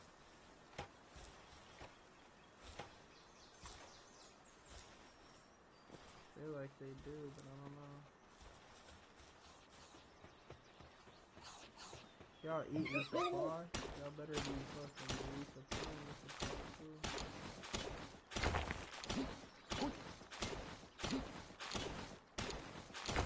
I just got hella stuff from this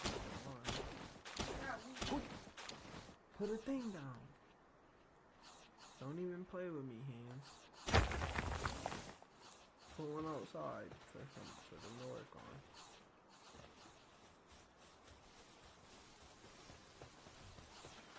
You got wheat too? Go put it on. Oh my god, 1,000? Are you shit? Why do you have that much?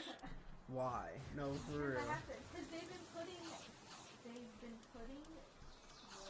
my deck. Oh no.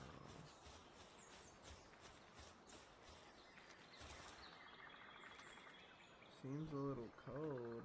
Oh no. Yeah. What happened? Why is it cold? I don't let it die. Why is it cold? I don't have my phone on me. You need to look it up. Look it up, look it up, look it up, look it up. Here, I don't have my phone. It's in the bedroom charging. Here, I'll put it in the charger. It's in the bedroom charging.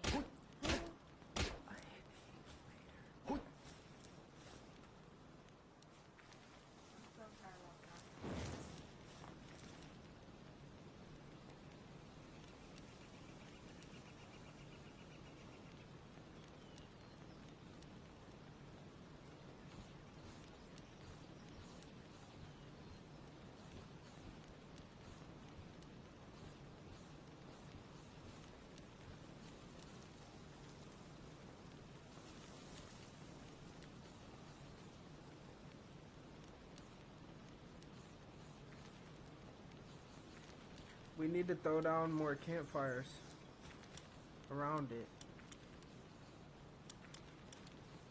Okay. Yeah. These torches work? That's what I was planning with it. No, like the torches that you can put down on the ground. I don't know. I just put a bunch of these down.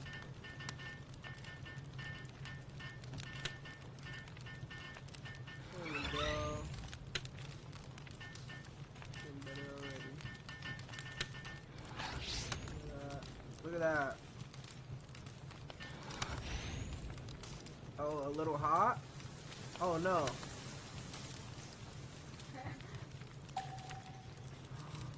Oh no, oh no. How do I get these? Just these. Hands. I'm burning. Hands. I need you to come disband them. And I need you to help me. Hands, my egg! My egg! My egg is gonna die. Oh my god. I'm giving up. Fuck this. Please.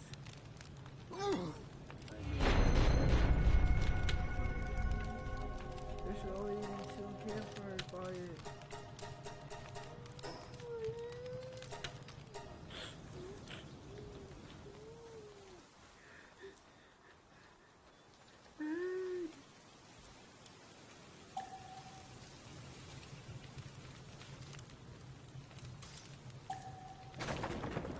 Very comfortable. Oh,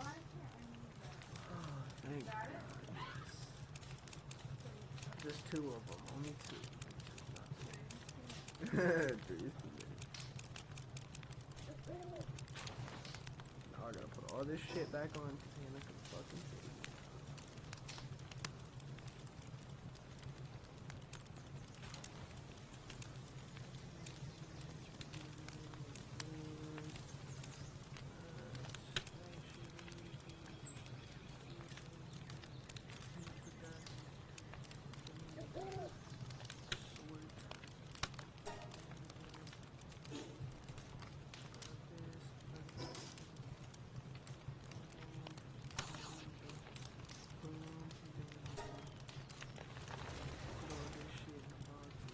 I got wheat seeds.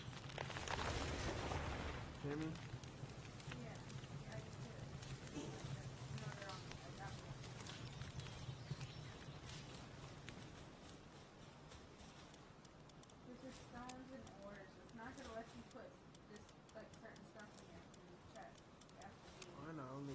put in what you have in here.